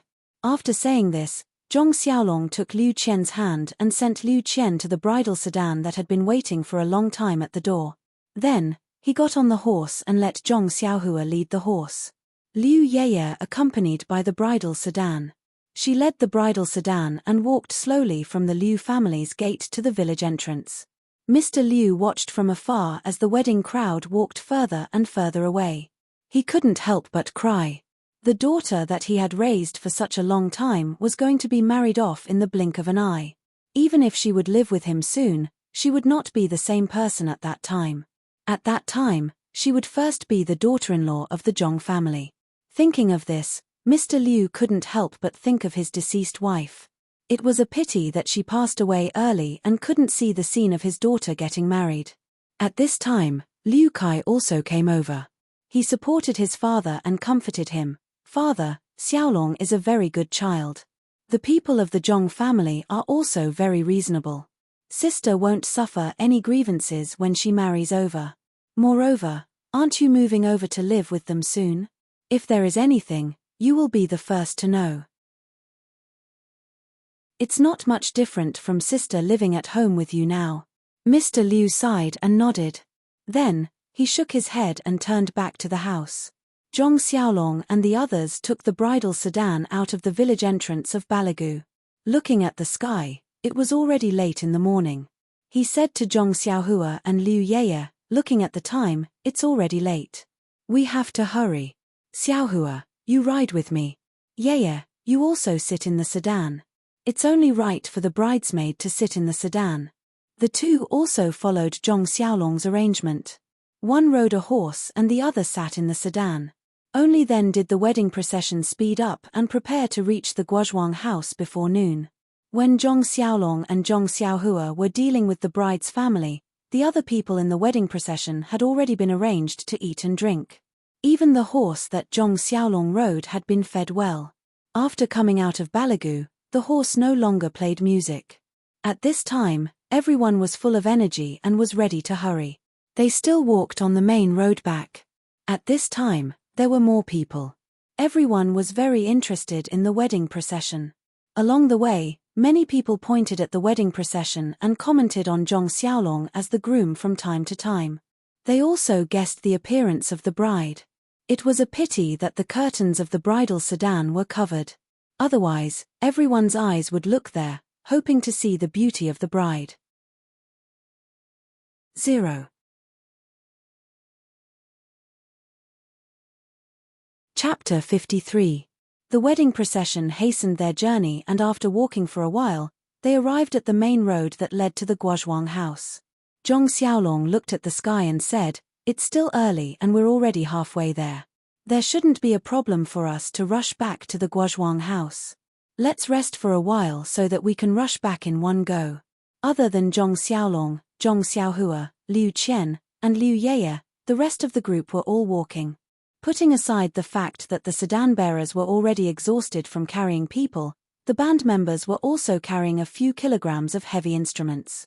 They were also very tired from rushing all the way. When they heard the word rest, they immediately walked to the side of the road and sat down on the grass. They poured out water from their gourds or leather pouches to quench their thirst. The sedan was carefully carried by the sedan bearers to a big tree by the side of the road and the sedan bearers walked away to rest. Zhong Xiaolong also dismounted and walked to the side of the sedan with Zhong Xiaohua. Zhong Xiaolong took 2 leather pouches from beside the stirrups and handed one to Zhong Xiaohua for him to drink. He held the other pouch in his hand and walked to the side of the sedan. He said to the person in the sedan, "Qian Qian, you must be thirsty. Do you want to drink some water?"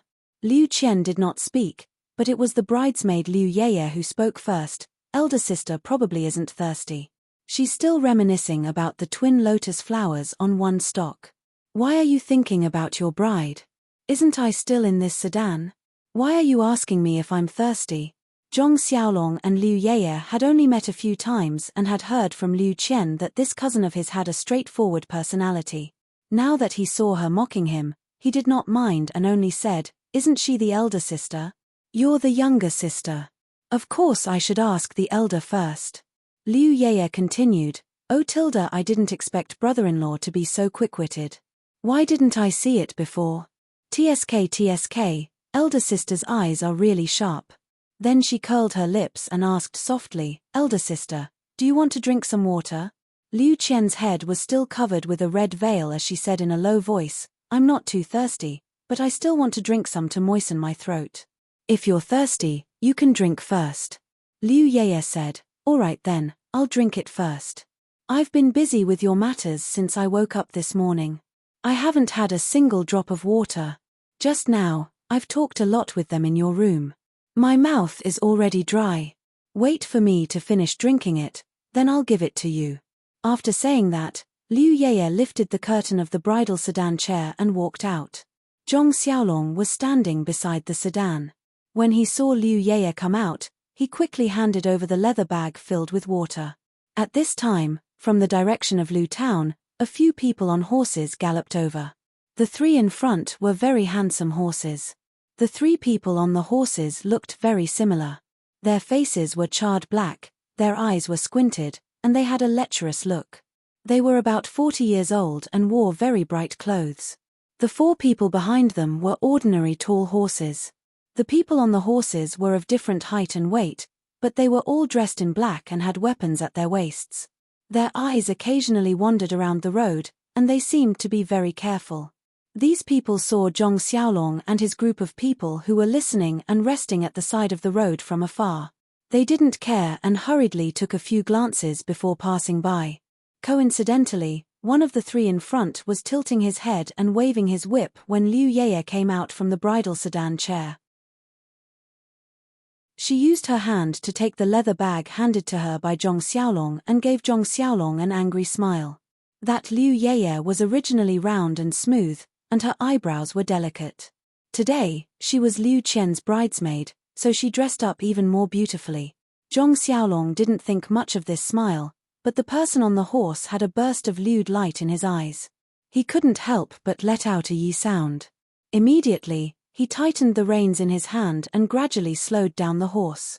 The 2 people beside him saw him slow down and immediately turned their heads to ask, "Laro, what's wrong?" That person said, "Big brother, something wonderful has come. What do you think of the woman beside the bridal sedan chair?" The boss looked up and couldn't help but smack his lips and say, TSK, she's really not bad. Although she's not an outstanding beauty, she's still a pretty girl from a humble family." Another person followed up and said, "Big brother, these past few days in Lu Town, you've been having a lot of fun.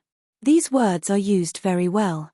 That second brother said, "Big brother, last year you found a beautiful woman in that Shin manor.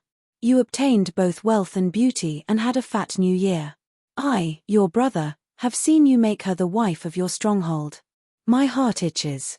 Although this Lu Town girl is interesting, she's still a woman of romance. She won't last long. I think this woman isn't bad. Why don't you get her into the stronghold and let her be my concubine?" The boss said, "The deal before the new year was indeed a good deal.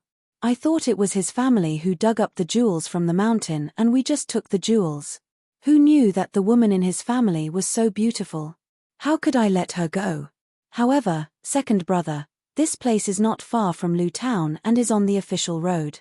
I'm afraid that our actions will attract the attention of the authorities." Another person said, "Big brother, you worry too much. Although it's not far from Lu Town, there are not many people here. Just the few bumpkins who came to escort the bride don't seem to be from this town. If they rob someone, then so be it. It's not the first time we've done this. After we've done it, we don't have to kill anyone. If we leave our names behind, I'm sure they won't dare to report it to the authorities. Let's hurry back to the village. Even if we catch them, the authorities will know. The second brother said, Laroer's words are very reasonable. Big brother, let's do it. The boss looked around and seemed to be hesitating. Laroer said, Second brother, the woman in front of the sedan chair is yours. The bride in the sedan chair is mine. Today I'll be the groom. Ha ha ha. Laroer said, Hey, the woman in the sedan chair still doesn't know whether she's fat or thin, beautiful or ugly. I'm not interested. This chick has soft skin and tender flesh. I think she suits me. Laroer said, Second brother, you don't know this. If the bride isn't beautiful, why would she choose such a beautiful girl to be her bridesmaid? I think the bride must be more beautiful than her. Laroer said, Laroer is clever. However, if I didn't turn around and see it, how can you be the groom today? Tonight before you enter the room, you have to toast me 3 big bowls. Laroer said with a sinister smile, Same to you. Let's go to the bridal chamber together. The 3 of them talked from afar and looked at the sedan chair from time to time. It seemed that they already had a plan in mind. The 4 people next to them didn't say anything. They surrounded the 3 of them in a circle as if they were used to it. Laroer saw that the boss was still hesitating and said unhappily, Big brother, what's there to think about? We brothers don't have any fresh girls to serve us this new year. We can't compare to you. You have a beautiful woman in your bed. Laroer saw that Laroer was unhappy and Laroer was eager to try. He laughed and said, Well said, who have we she 3 wolves been afraid of? Big brother has meat to eat. We can't let the brothers drink only soup. Let's go. Today we'll do a good job and let the brothers eat meat. Finished speaking, the 3 of them turned their horses around and rushed towards Zhong Xiaolong and the others. The other 4 people also came from the side. At this time, Zhong Xiaohua had finished drinking water and handed her leather bag to Laroer. His ears were very sensitive. He heard the sound of horses galloping away and then turning back. He immediately looked up and saw 7 people rushing towards him. He became alert and quickly said to Zhong Xiaolong, Big brother, be careful. The group of people who just passed by our back. Is there something wrong? Zhong Xiaolong was just talking to Liu Qian and Liu Yeye. He didn't notice the horses passing by. Now that he heard Zhong Xiaohua's reminder, he immediately looked up and saw the she 3 wolves looking at him with lustful eyes. He shouted in his heart, Not good. Why did I encounter such a thing again? Just as he was about to have Liu Yeye hide inside the bridal sedan chair, the horses had already arrived in front of him. Zhong Xiaolong frowned and pulled Liu Yeye behind him. He cupped his fists and said, What orders do you have for me? The one who rushed at the front was the second brother of the she 3 wolves. He saw Zhong Xiaolong salute but didn't answer. He didn't even slow down the horse. Borrowing the horse's momentum, he lifted his leg and kicked towards Zhong Xiaolong's chest. Although Zhong Xiaolong didn't practice martial arts, he was still a young man. He was agile. He quickly moved sideways and got Liu Yeye out of the way. The second brother's leg kicked below his shoulder. Zhong Xiaolong screamed and his body flew out.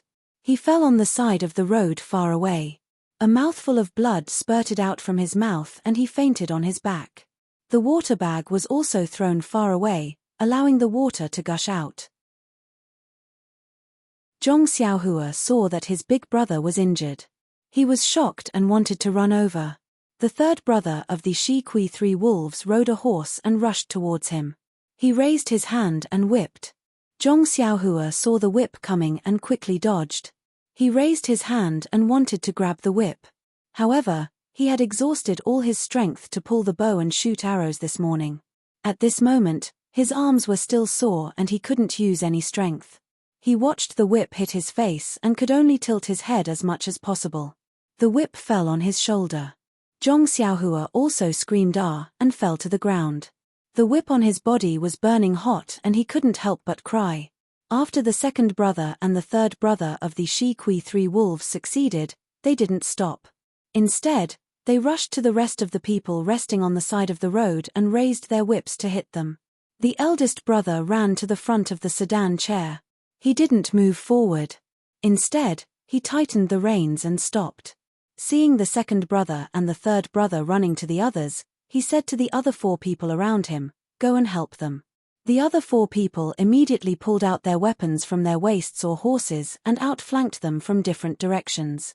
They shouted as they walked, "Shi-Kui Mountain is working here. Those who have nothing to do with it should leave quickly." There were still some people on the road. When they saw these people rushing over and injuring people, they felt strange. There were also some busybodies who stopped to watch the fun. When they heard this, they immediately scattered like birds and animals and fled. The rest of the wedding procession was also very angry when they saw several people on horseback injuring the groom and the best man. They wanted to stand up and pick up the weapons in their hands to win with numbers. However, they didn't expect that the other party had knives and spears. Moreover, they were the bandits of Shi-Kui Mountain. How could they still have the courage? They didn't have time to care about the others. They were all shouting mother and father. They didn't even want to eat anymore. They threw away everything in their hands and fled in all directions. In the blink of an eye, there were no extra people on the busy road just now. There were only Zhong Xiaolong lying on the ground, Zhong Xiaohua struggling to get up, Liu Yeye who was panicking and didn't know what to do, and the people of Shi-Kui Mountain who succeeded in their plot and were complacent. 0.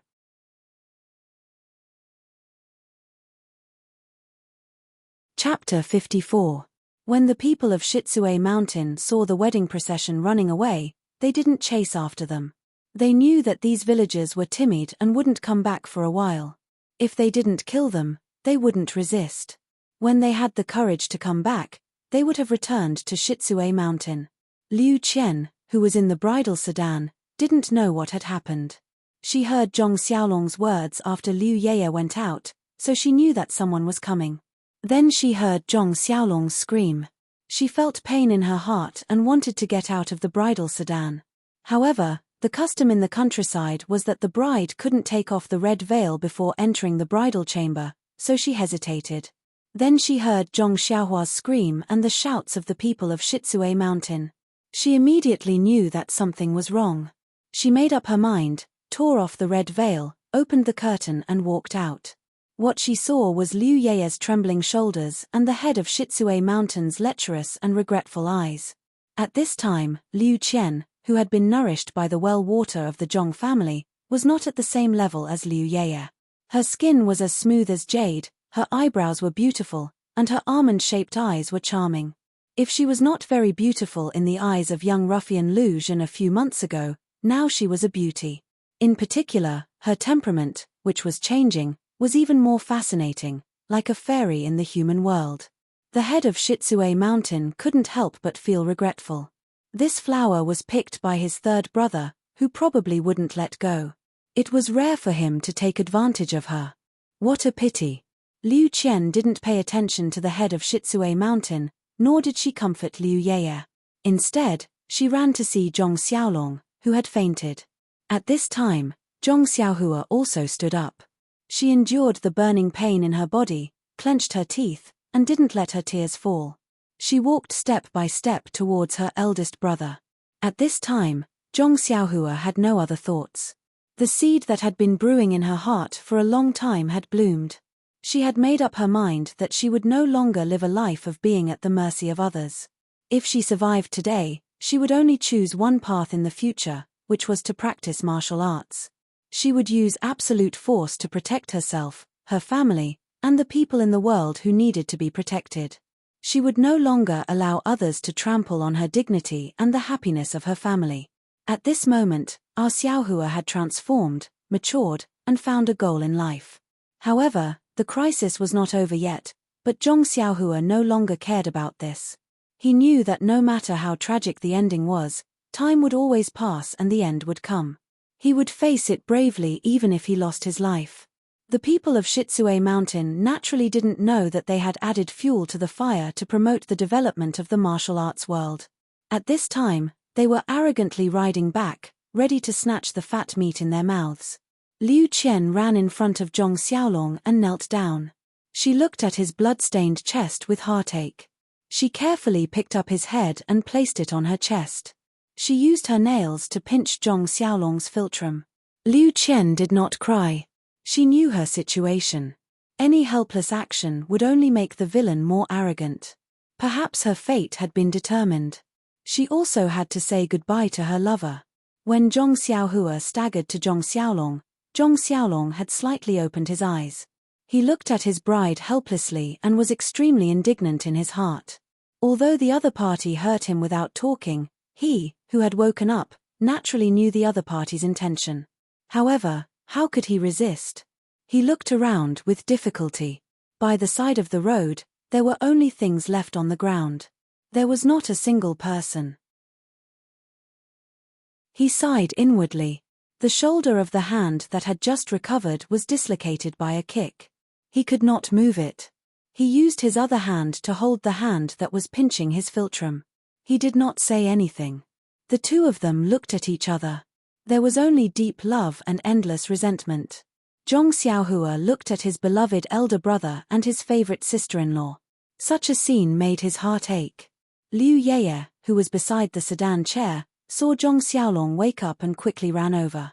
It seemed that it was safer here. The boss of Shitsue Mountain did not stop them and slowly rode his horse over. The other people also drove their horses and slowly surrounded them. The third brother of Shitsue Mountain waved the horsewhip in his hand and stared at Liu Qian, who was wearing a wedding dress. He felt extremely refreshed. This trip was really worth it. He got such a beautiful woman without any effort. In the future, he would have unlimited happiness. The second brother of Shitsue Mountain stared at Liu Qian. His heart was full of jealousy. He secretly regretted letting the third brother get the upper hand. However, when he looked at Liu Ye's pale face, he felt a little comforted. He stole a glance at the greedy look of the eldest brother and could not help but feel lucky. The bride was so beautiful. After returning to the mountain, he did not know who she would belong to. It was better for him not to get involved. When Liu Yeye saw that everyone was surrounding them, she could not help but hug her shoulders and asked with a trembling voice, what do you want to do?"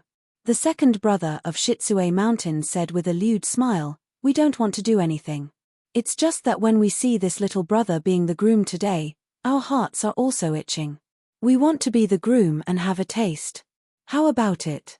Seeing your sister as the bride, do you also want to have a taste? Let's enter the bridal chamber together tonight."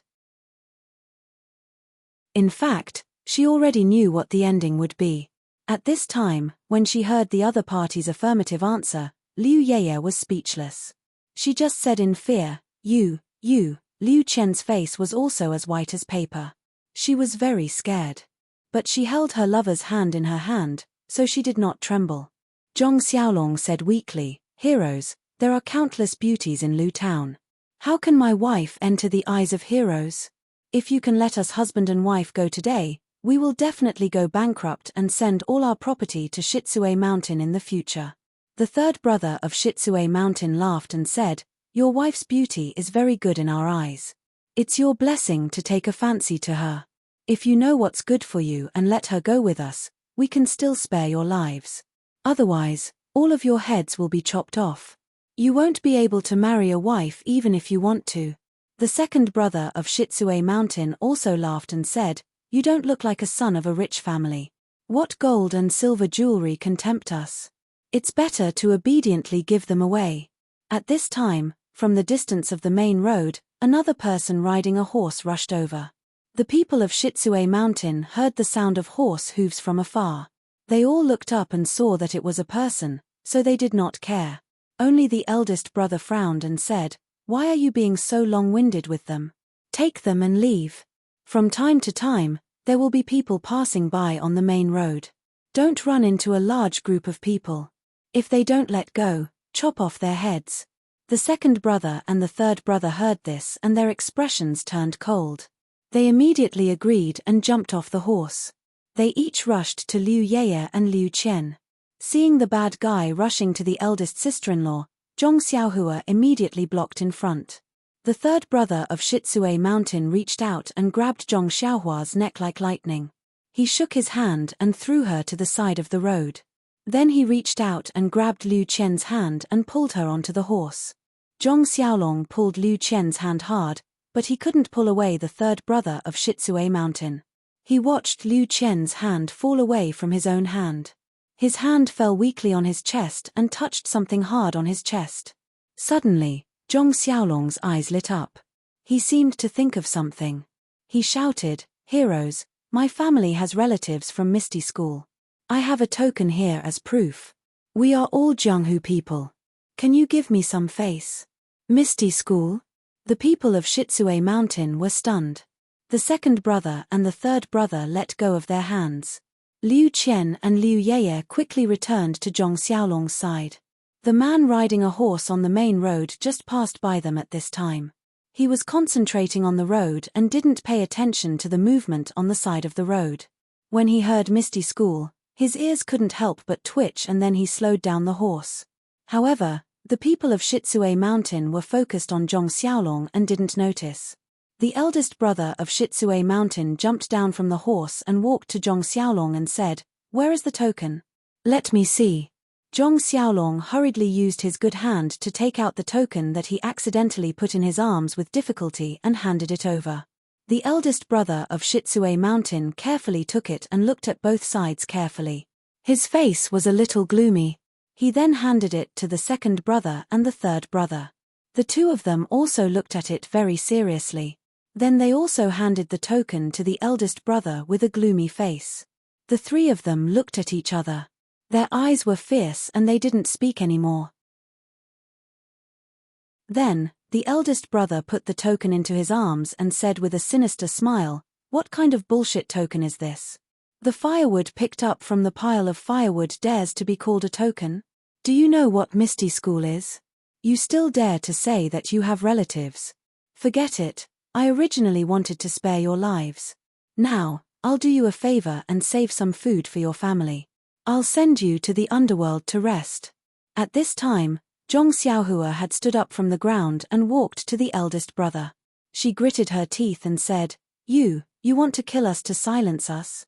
The third brother of Shitsue Mountain said with a grim smile, "Misty School is far away. If we kill you, who will know that it's us? You'd better tell them in their dreams." After that, he waved his hand and dragged Liu Qian and Liu Yeye over with the second brother of Shitsue Mountain. The other four people held weapons and were about to kill.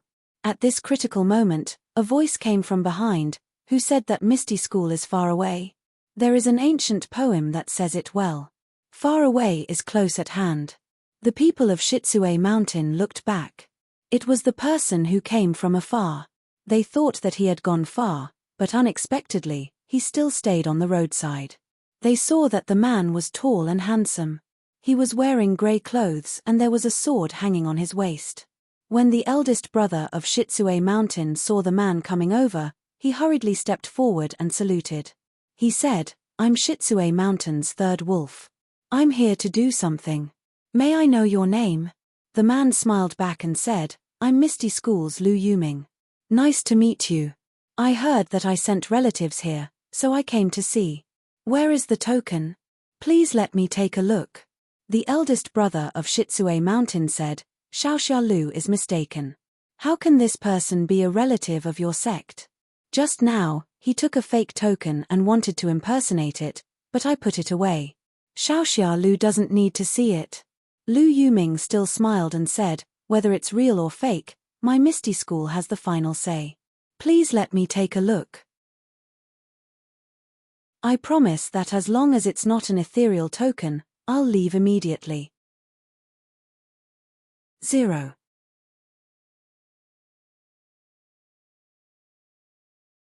Chapter 55. Seeing that he couldn't find an excuse, the boss of Shitsue Mountain said with a charming smile, "No problem, Xiaoxia Lu, I will take it out for you." After that, he fumbled in his arms for a moment, took out the token, and carefully handed it to Lu Yuming. Lu Yuming stared at the boss of Shitsue Mountain and didn't say anything. Seeing that the token was handed over, he reached out and took it. But at this moment, something unexpected happened. After the boss of Shitsue Mountain gave the token to Lu Yuming, he didn't withdraw his hand. Instead, he suddenly sped up and handed it forward again. But this time, it wasn't a token in his hand, but a small dagger. The tip of the dagger emitted a blue light under the sunlight. Needless to say, it was quenched with poison. The dagger wasn't aimed at Lu Yuming's throat or chest, or other vital parts. Instead, it was aimed at his hand that had just received the token. It seemed that the boss of Shitsue Mountain was very confident about the poison on the dagger. He only hoped that it could make a wound on Lu Yuming's hand. The hope was beautiful, and the goal was very close, but how could a disciple from the Misty School be compared with a martial artist from the wilderness like Shitsue Mountain? Lu Yuming turned his wrist and the token in his hand changed direction. The edge of the token swept across the boss of Shitsue Mountain from top to bottom. The boss of Shitsue Mountain only felt his wrist go numb and the dagger fell from his hand. But Lu Yuming didn't stop. He waved the front of the token at the handle of the dagger. The poisonous dagger was like an arrow released from a bow, quickly shooting towards the boss of Shitsue Mountain. The distance between the two was close, and the speed of the dagger was very fast. Before the boss of Shitsue Mountain could react, the dagger was inserted into his forehead with a pop sound. He looked at Lu Yuming in disbelief, turned over, and fell into the dust. The black color on his forehead quickly covered his face at a speed visible to the naked eye, and spread to his neck and body. But at this time, the boss of Shitsue Mountain's body had gradually become cold and had lost consciousness. When Lu Yuming saw that the poison on the dagger was so strong, he couldn't help but feel a chill in his heart. Then he looked at the rest of the people. Things had developed to this point, so it didn't matter whether he looked at the token or not. In fact, as early as when the boss of Shitsue Mountain reached out to take out the token, the other two wolves also took the opportunity to take their weapons from the back of the horse. They were all Padaos. Now that they saw that their boss was killed, they were furious. They shouted at the four guards beside them and rushed forward. Lu Yuming didn't panic when facing the attacks of the two men. He calmly used his body movement to fight. From time to time, he glanced at the other four people who were hesitating whether to attack or not. Those four people were the personal guards of their boss. They had always listened to their boss's orders. Now that they saw that their boss was dead and the opponent was so strong, they naturally wanted to retreat. However, the second and third leaders of the mountain stronghold were still alive. They also asked them to attack, so they hesitated. Lu Yuming saw that the four guards didn't have the intention to attack for the time being. He was overjoyed. Although it wasn't too difficult for him to fight against 7 people with his martial arts, if someone suddenly used the poison just now in the chaos, he would be very scared. Therefore, he no longer moved around. Instead, he pulled out his sword and used the tip of his sword to display the unique skill of the Misty 7 Swords. He strived to defeat the opponent in front of him in a short time. The unique skill of the Misty School was really extraordinary. In just a few moves, he forced the 2 wolves of Shitsue Mountain to the point that they couldn't fight back. When the 2 wolves of Shitsue Mountain saw that there were no helpers, they were exhausted and immediately shouted, "Why aren't you attacking? Otherwise, you will be served by the family rules of the mountain stronghold." When the 4 guards heard the family rules, they had no choice but to take their weapons and come forward to help. At this time, they heard Lu Yuming laugh and say, "It's too late to come now." After that, he tightened his sword and the tip of his sword raised the blade of the second wolf of Shitsue Mountain. The long sword rushed forward and the tip of the sword went straight to the second wolf's throat. When the second wolf came to his senses and dodged, it was already too late. The tip of Lu Yuming's sword touched the throat of the second wolf of Shitsue Mountain and then withdrew, leaving only a little red there. The second wolf of Shitsue Mountain looked stunned and fell to the ground. When the third wolf of Shitsue Mountain saw that Lu Yuming's swordsmanship was so exquisite, he couldn't help but feel a chill in his heart. He no longer moved forward and ran away. How could Lu Yuming let him escape? He displayed the misty steps and arrived behind him like a shadow. He raised his hand and stabbed the back of the third wolf of Shitsue Mountain. The sword didn't pierce very deep, just right into the heart. Then, he withdrew his sword and the third wolf also fell to the ground. Lu Yuming looked at the blood on the sword and shook his head. The other 4 guards didn't want to intervene. When they saw that the 3 wolves of Shitsue Mountain were killed by Lu Yuming, they immediately threw away their weapons and knelt on the ground. They kept kowtowing and shouting, "Hero, spare our lives." Lu Yuming looked at the 4 people kneeling and ignored them. Instead, he walked to the front of Zhong Xiaolong and the others and stared at them for a while. Then, he took out the token from his arms and looked at it carefully. His brows wrinkled. Then he asked Zhong Xiaolong, "Which one of you is junior sister Shue's relative?" Zhong Xiaolong looked at Lu Yuming and said with difficulty, "Sorry, Xiaoxia Lu, none of us is heroine Shue's relative." Lu Yuming's brows wrinkled deeper and asked in a cold voice, "Then where did you get this token?" Zhong Xiaohua saw that her brother was having difficulty speaking and Liu Qian and Liu Yeye were still in shock, so she said, "Hero Lu, it's like this." Then she told him in detail what happened in Lu Town during the New Year. After listening, Lu Yuming smiled and asked, "Then you've seen junior sister Shui?" Zhong Xiaohua said, "We've seen heroine Shui, but she was wearing a veil. We didn't see her real face and didn't know that her surname was Shui." Lu Yuming nodded after listening. He knew about Wen Wenhai and Shui Qing's trip to Lu Town that day, but he didn't know about the episode with Zhong Xiaolong and the others. However, according to Zhong Xiaohua's description, it should be true and credible. The Misty School's token had always been strictly managed. Shui Qing was able to leave the token with the intention of being thorough. Since he was able to encounter this matter, he could go back and tell junior sister Qing about it. Maybe he could even get her favor. Thinking of this, he couldn't help but smile. Thinking of this, Lu Yuming walked forward and carefully examined Zhong Xiaolong's injuries. First, he reconnected his dislocated arm, then he took out some medicinal pills and let Zhong Xiaolong swallow them.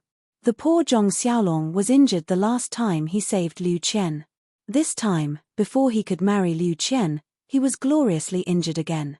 Each injury was more serious than the last. This time, although he didn't injure his muscles and bones, the kick from the horse caused him serious internal injuries.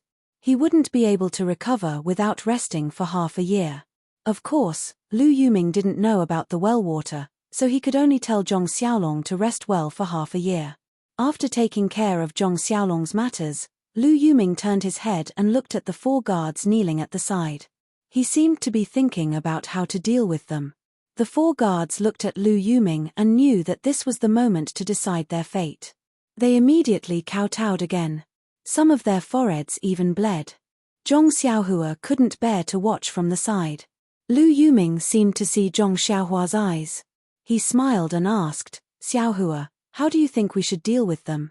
Zhong Xiaohua saw Hero Lu ask him and his expression was a little uneasy.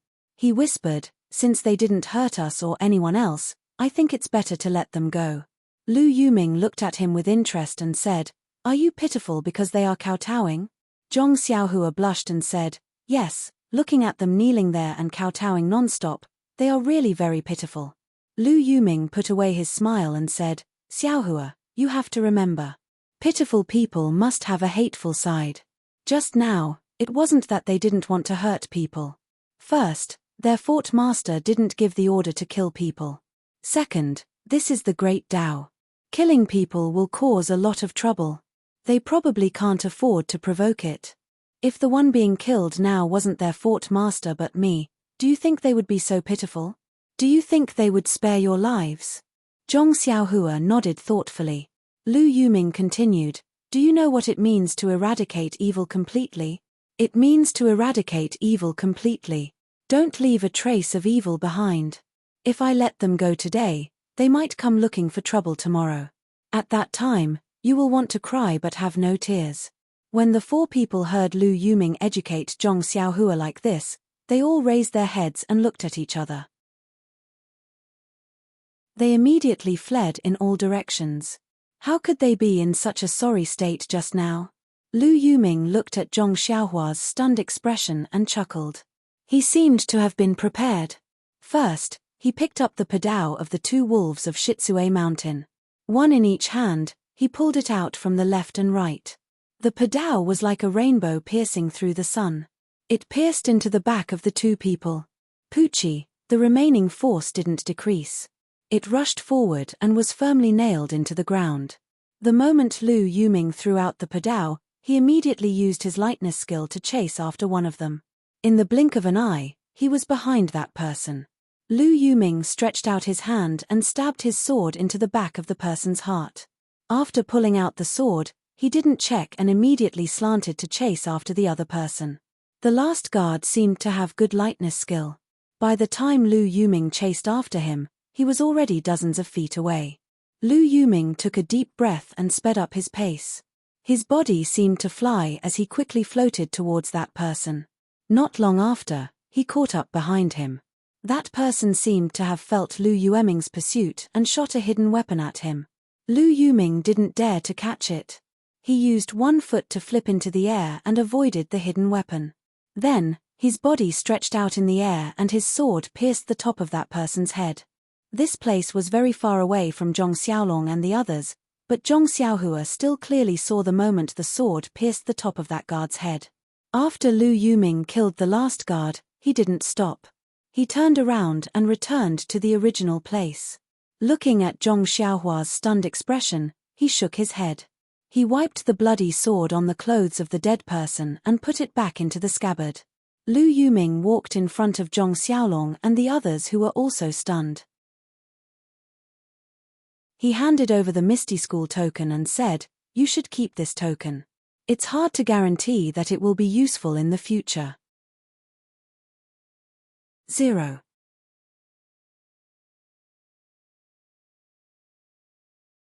Chapter 56.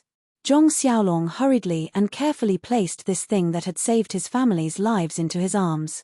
Lu Yuming didn't wait for Zhong Xiaolong to speak and ordered, "You 4 ride the original horses and go quickly. Don't touch the things of these thieves. Leave the corpses and horses where they are. I heard that there are 3 leaders in Shitsue Mountain. It seems that they have been killed by me. It is estimated that Shitsue Mountain will scatter in the future. You don't have to worry about their revenge. In addition, you don't have to hide the fact that I saved you, but remember not to say my name or the name of Misty School. Do you understand?" Zhong Xiaolong didn't quite understand, but he nodded deeply. Then, the 4 of them rode on one horse and moved forward. Lu Yuming also jumped on the horse and was about to leave. But looking at the mess on the side of the road, he frowned and thought for a while. Then he jumped off the horse and put the 7 corpses on the remaining 7 horses. He loosened the reins and let the horses run on their own. Then he got on the horse again and galloped away. The road was quiet again. After the time it took to eat a meal, the people who were hiding nearby stealthily snuck over. Seeing that there were no bandits by the roadside, they tidied up the bridal sedan chairs and other things, thinking that the bride and groom had already been murdered. Feeling sorry for them and lucky for their own luck, they slowly returned to Guozhuang. In the small courtyard of Guozhuang House, since Zhong Xiaolong led the wedding procession out, the people in the family were busy. They not only greeted the neighbors in the village and asked them to sit down, but also prepared all the things needed for the wedding ceremony according to the countryside. Zhong Cai and Guo Sufei ran in and out almost without touching the ground. They kept muttering something and looked here and there, for fear of missing something. When the sun was high in the sky, the couple was slightly relieved and sat down tiredly.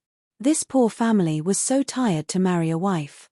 Wouldn't the rich family be tired to death? But they forgot that they had special servants. How could they do it themselves? Everything was prepared at home, and the necessary ceremony had been entrusted to the people in the village who were familiar with it, so there shouldn't be any mistakes. Seeing that it was still early, the 2 of them went to the head chef to get some food and hurried to fill their stomachs. After resting for a short while, Zhong Cai and Guo Sufei arrived at their grandmother's hut. Their grandmother had woken up early. Guo Sufei had made a new set of clothes for her mother a few days ago. She had just put it on today. When her grandmother heard someone coming in, she asked, "Guo Sufei? Xiaolong and the others are back, right?" Guo Sufei smiled and said, "Mother, not yet, but I think it will be soon." Please come with us to the central room and wait. Grandma was also very happy and agreed repeatedly. The couple carefully supported their grandmother to the central room and sat down in the chair in the middle. His grandmother's health was extremely poor, and she was usually lying in bed. On Zhong Xiaolong's wedding day, he needed to kowtow to his parents and elders. Today, his grandmother forced herself to stay awake, waiting for her grandson and granddaughter-in-law to kowtow to her. Her lifelong wish was finally fulfilled. However, after sitting for a long time, they didn't hear the sound of firecrackers and musical instruments at the entrance of the village. Seeing that it was time, Zhong Cai and Guo Sufei couldn't help but feel anxious. Even their grandmother seemed to be unable to hold on. Just when everyone was guessing, suddenly, someone shouted, "Look, it's Liu Er, the Swana player. Why did he come back?" Sure enough, across the low courtyard wall of the Zhong family's courtyard, a person could be seen running here from a distance. Wasn't he one of the people in the wedding procession? Zhong Cai's heart couldn't help but tighten. He knew something was wrong and immediately rushed out of the central room. Before he reached the courtyard, he heard Liu Er's horse shout, "Not good, Xiaolong and his wife encountered the bandits of Shitsue Mountain." This sentence was like a ladle of water dripping into a pot of oil. The Zhong family's small courtyard immediately exploded. Some timid people immediately patted their buttocks and ran away like a wisp of smoke, as if the horse thief was right in front of them. Most of the people were talking to each other. Some of their faces were obviously gloating, and some of them were regretful. It was not clear whether they were regretting Zhong Xiaolong or Liu Qian, but most of them were sympathetic. Before Zhong Cai rushed to the gate of the courtyard, he heard a cry behind him. Mother tilde Zhong Cai's heart thumped. He quickly turned back and ran to the central room. Sure enough, he saw his grandmother lying on the ground with a pale face. She had fainted. Guo Sufei was crying and rubbing her grandmother's chest in a hurry, trying to help her grandmother get the thick phlegm out of her throat. Zhong Cai also hurried forward and kept knocking on her grandmother's back. Fortunately, her throat squirmed for a while. She opened her mouth and spat out a mouthful of phlegm, followed by a mouthful of blood. She said, "Xiaolong tilde," she was already on the verge of death. At this time, Guo Sufei had no time to think about Zhong Xiaolong. She cried and carried her mother to the bed in the small room with Zhong Cai and Zhong Xiaohu. The husband and wife had time to look at each other. They really didn't understand. How could a happy event turn into a funeral in a blink of an eye? The husband and wife looked at their grandmother whose face was pale gold.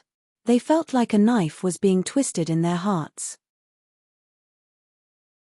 Zhong Xiaolong's life was uncertain, and their mother was going to go far away. What should they do? Zhong Cai left Guo Sufei to take care of her grandmother. He and Zhong Xiaohu then went to the central room. Some of the people in the courtyard had already left. Many people had also entered the central room and were listening to Liu Er. Seeing Zhong Cai come in, Liu Er started talking from the beginning. This Liu Er's mouth was also very nimble. He actually described Zhong Xiaolong and Zhong Xiaohua's archery to how they solved the difficult problem vividly. He also remembered Zhong Xiaolong's poem without missing a word. Hearing this, the people praised Zhong Cai for having two good sons. At the same time, they also felt sorry. These two good children were probably in danger now. Zhong Cai was even more distressed when he heard this. He was anxious to know what happened when they encountered the bandits, but Liu Er's description was so detailed that he wished he could tear his mouth open and dig out the last words. When Liu Er said, "4 fiendish bandits with weapons in their hands chased us away," he stopped talking. Everybody was startled and asked, "And then?" Liu Er said innocently, "No, I don't know where they went. But I was worried about Brother Zhong, so I quickly came to report." Zhong Cai seemed to be grasping at a life-saving straw. He asked, "Then, you didn't see how the bandits dealt with Xiaolong and the others?" Liu Er said, "No, the bandits drove us away. Xiaolong and Xiaohua, as well as the two girls in the sedan, stayed behind." Zhong Cai felt lucky and said, "Xiaolong and the others might not be dead yet." Everyone nodded in agreement. But they were thinking the same thing as Zhong Cai. The bandits had left them behind, so the chances of them surviving were not high. Even if they could survive, the delicate bride and bridesmaids would have been eaten by the wolves. No matter what, the Zhong family's wedding today would be ruined. Sigh, good people don't have good karma. The Zhong family's good deeds usually turned into good karma, but in the end, they didn't have any good karma. Fate really made fools of people. When Zhong Xiaohu heard this, he couldn't sit still. He said, "Father, I'll go take a look now. What happened to big brother and third brother?" When he finished speaking, he was about to leave. Before Zhong Cai could say anything, everyone immediately pulled him back and said, "Lao you're the only male in the family right now. We can't let anything happen to you. You can't go by yourself. Wait a moment. We'll organize the strong men in the village. It won't be too late to go after we get weapons." Thus, everyone in the courtyard quickly went out and mobilized the young laborers of the Guozhuang house. They held hoes and other tools in their hands and prepared to go to the place where the incident happened to see what happened. But just as the group of loose people walked out of the Guozhuang house's village entrance, they saw a horse coming towards them, carrying 4 people on its back. A sharp-eyed person immediately recognized them and shouted loudly, "It's Zhong Xiaolong and Zhong Xiaohua. Ah, they're back. They're still alive." Everyone cheered and rushed over. Zhong Xiaohu rushed at the front of the crowd. When everyone received Zhong Xiaolong and the others, they saw the tattered clothes on the 2 brothers and the blood on their bodies. A few people carefully carried Zhong Xiaolong down. Zhong Xiaohu also carried Zhong Xiaohua down from the horse. He looked at the marks on his shoulder with heartache. Liu Qian and Liu Yeye didn't get down from the horse. They were still in shock and their legs were still weak. They couldn't walk. Some people led the horses forward slowly. Some people with fast legs had already run back to report to the Zhong family. Before the crowd reached the center of the village, Zhong Cai and Guo Sufei, who had received the news, had already rushed over. When they saw their sons and daughter-in-law were alive and well, they couldn't help but cry. They only used their hands to carefully touch their son's wounds and said, "Good, good." It wasn't until they reached the entrance of the Zhong family's courtyard that Guo Sufei woke up from her dream. She said, "Xiao Long, Qian, come over and meet your grandmother." At this time, she didn't care whether Liu Qian could walk or not. She went forward to help her get down from the horse and helped her walk into her grandmother's house. Grandmother was already a little delirious at this time. When she heard that her grandson came back alive, she couldn't help but feel refreshed. There was a flush on her face. Her grey eyes seemed to be able to see her beloved grandson and granddaughter-in-law. She muttered, "Bow to heaven and earth, bow to heaven and earth." Hearing her mother's words, Guo Sufei also woke up. The custom in the village was that when a happy event met with a funeral of an elder, one had to step back. Grandmother didn't want to delay Zhong Xiaolong's wedding because of her departure. Therefore, Guo Sufei also gritted her teeth and hurriedly asked Zhong Cai to prepare for the wedding ceremony. Grandmother was also energized at this time. She insisted on going to the central room to accept the kneeling of her new daughter-in-law and grandson. Guo Sufei and Zhong Cai had no choice but to carry their mother to the central room. "Please collect, thank you." 0. You're tuning in to the Celestial War YouTube channel. Don't forget to subscribe and join us on this journey to catch the most captivating stories,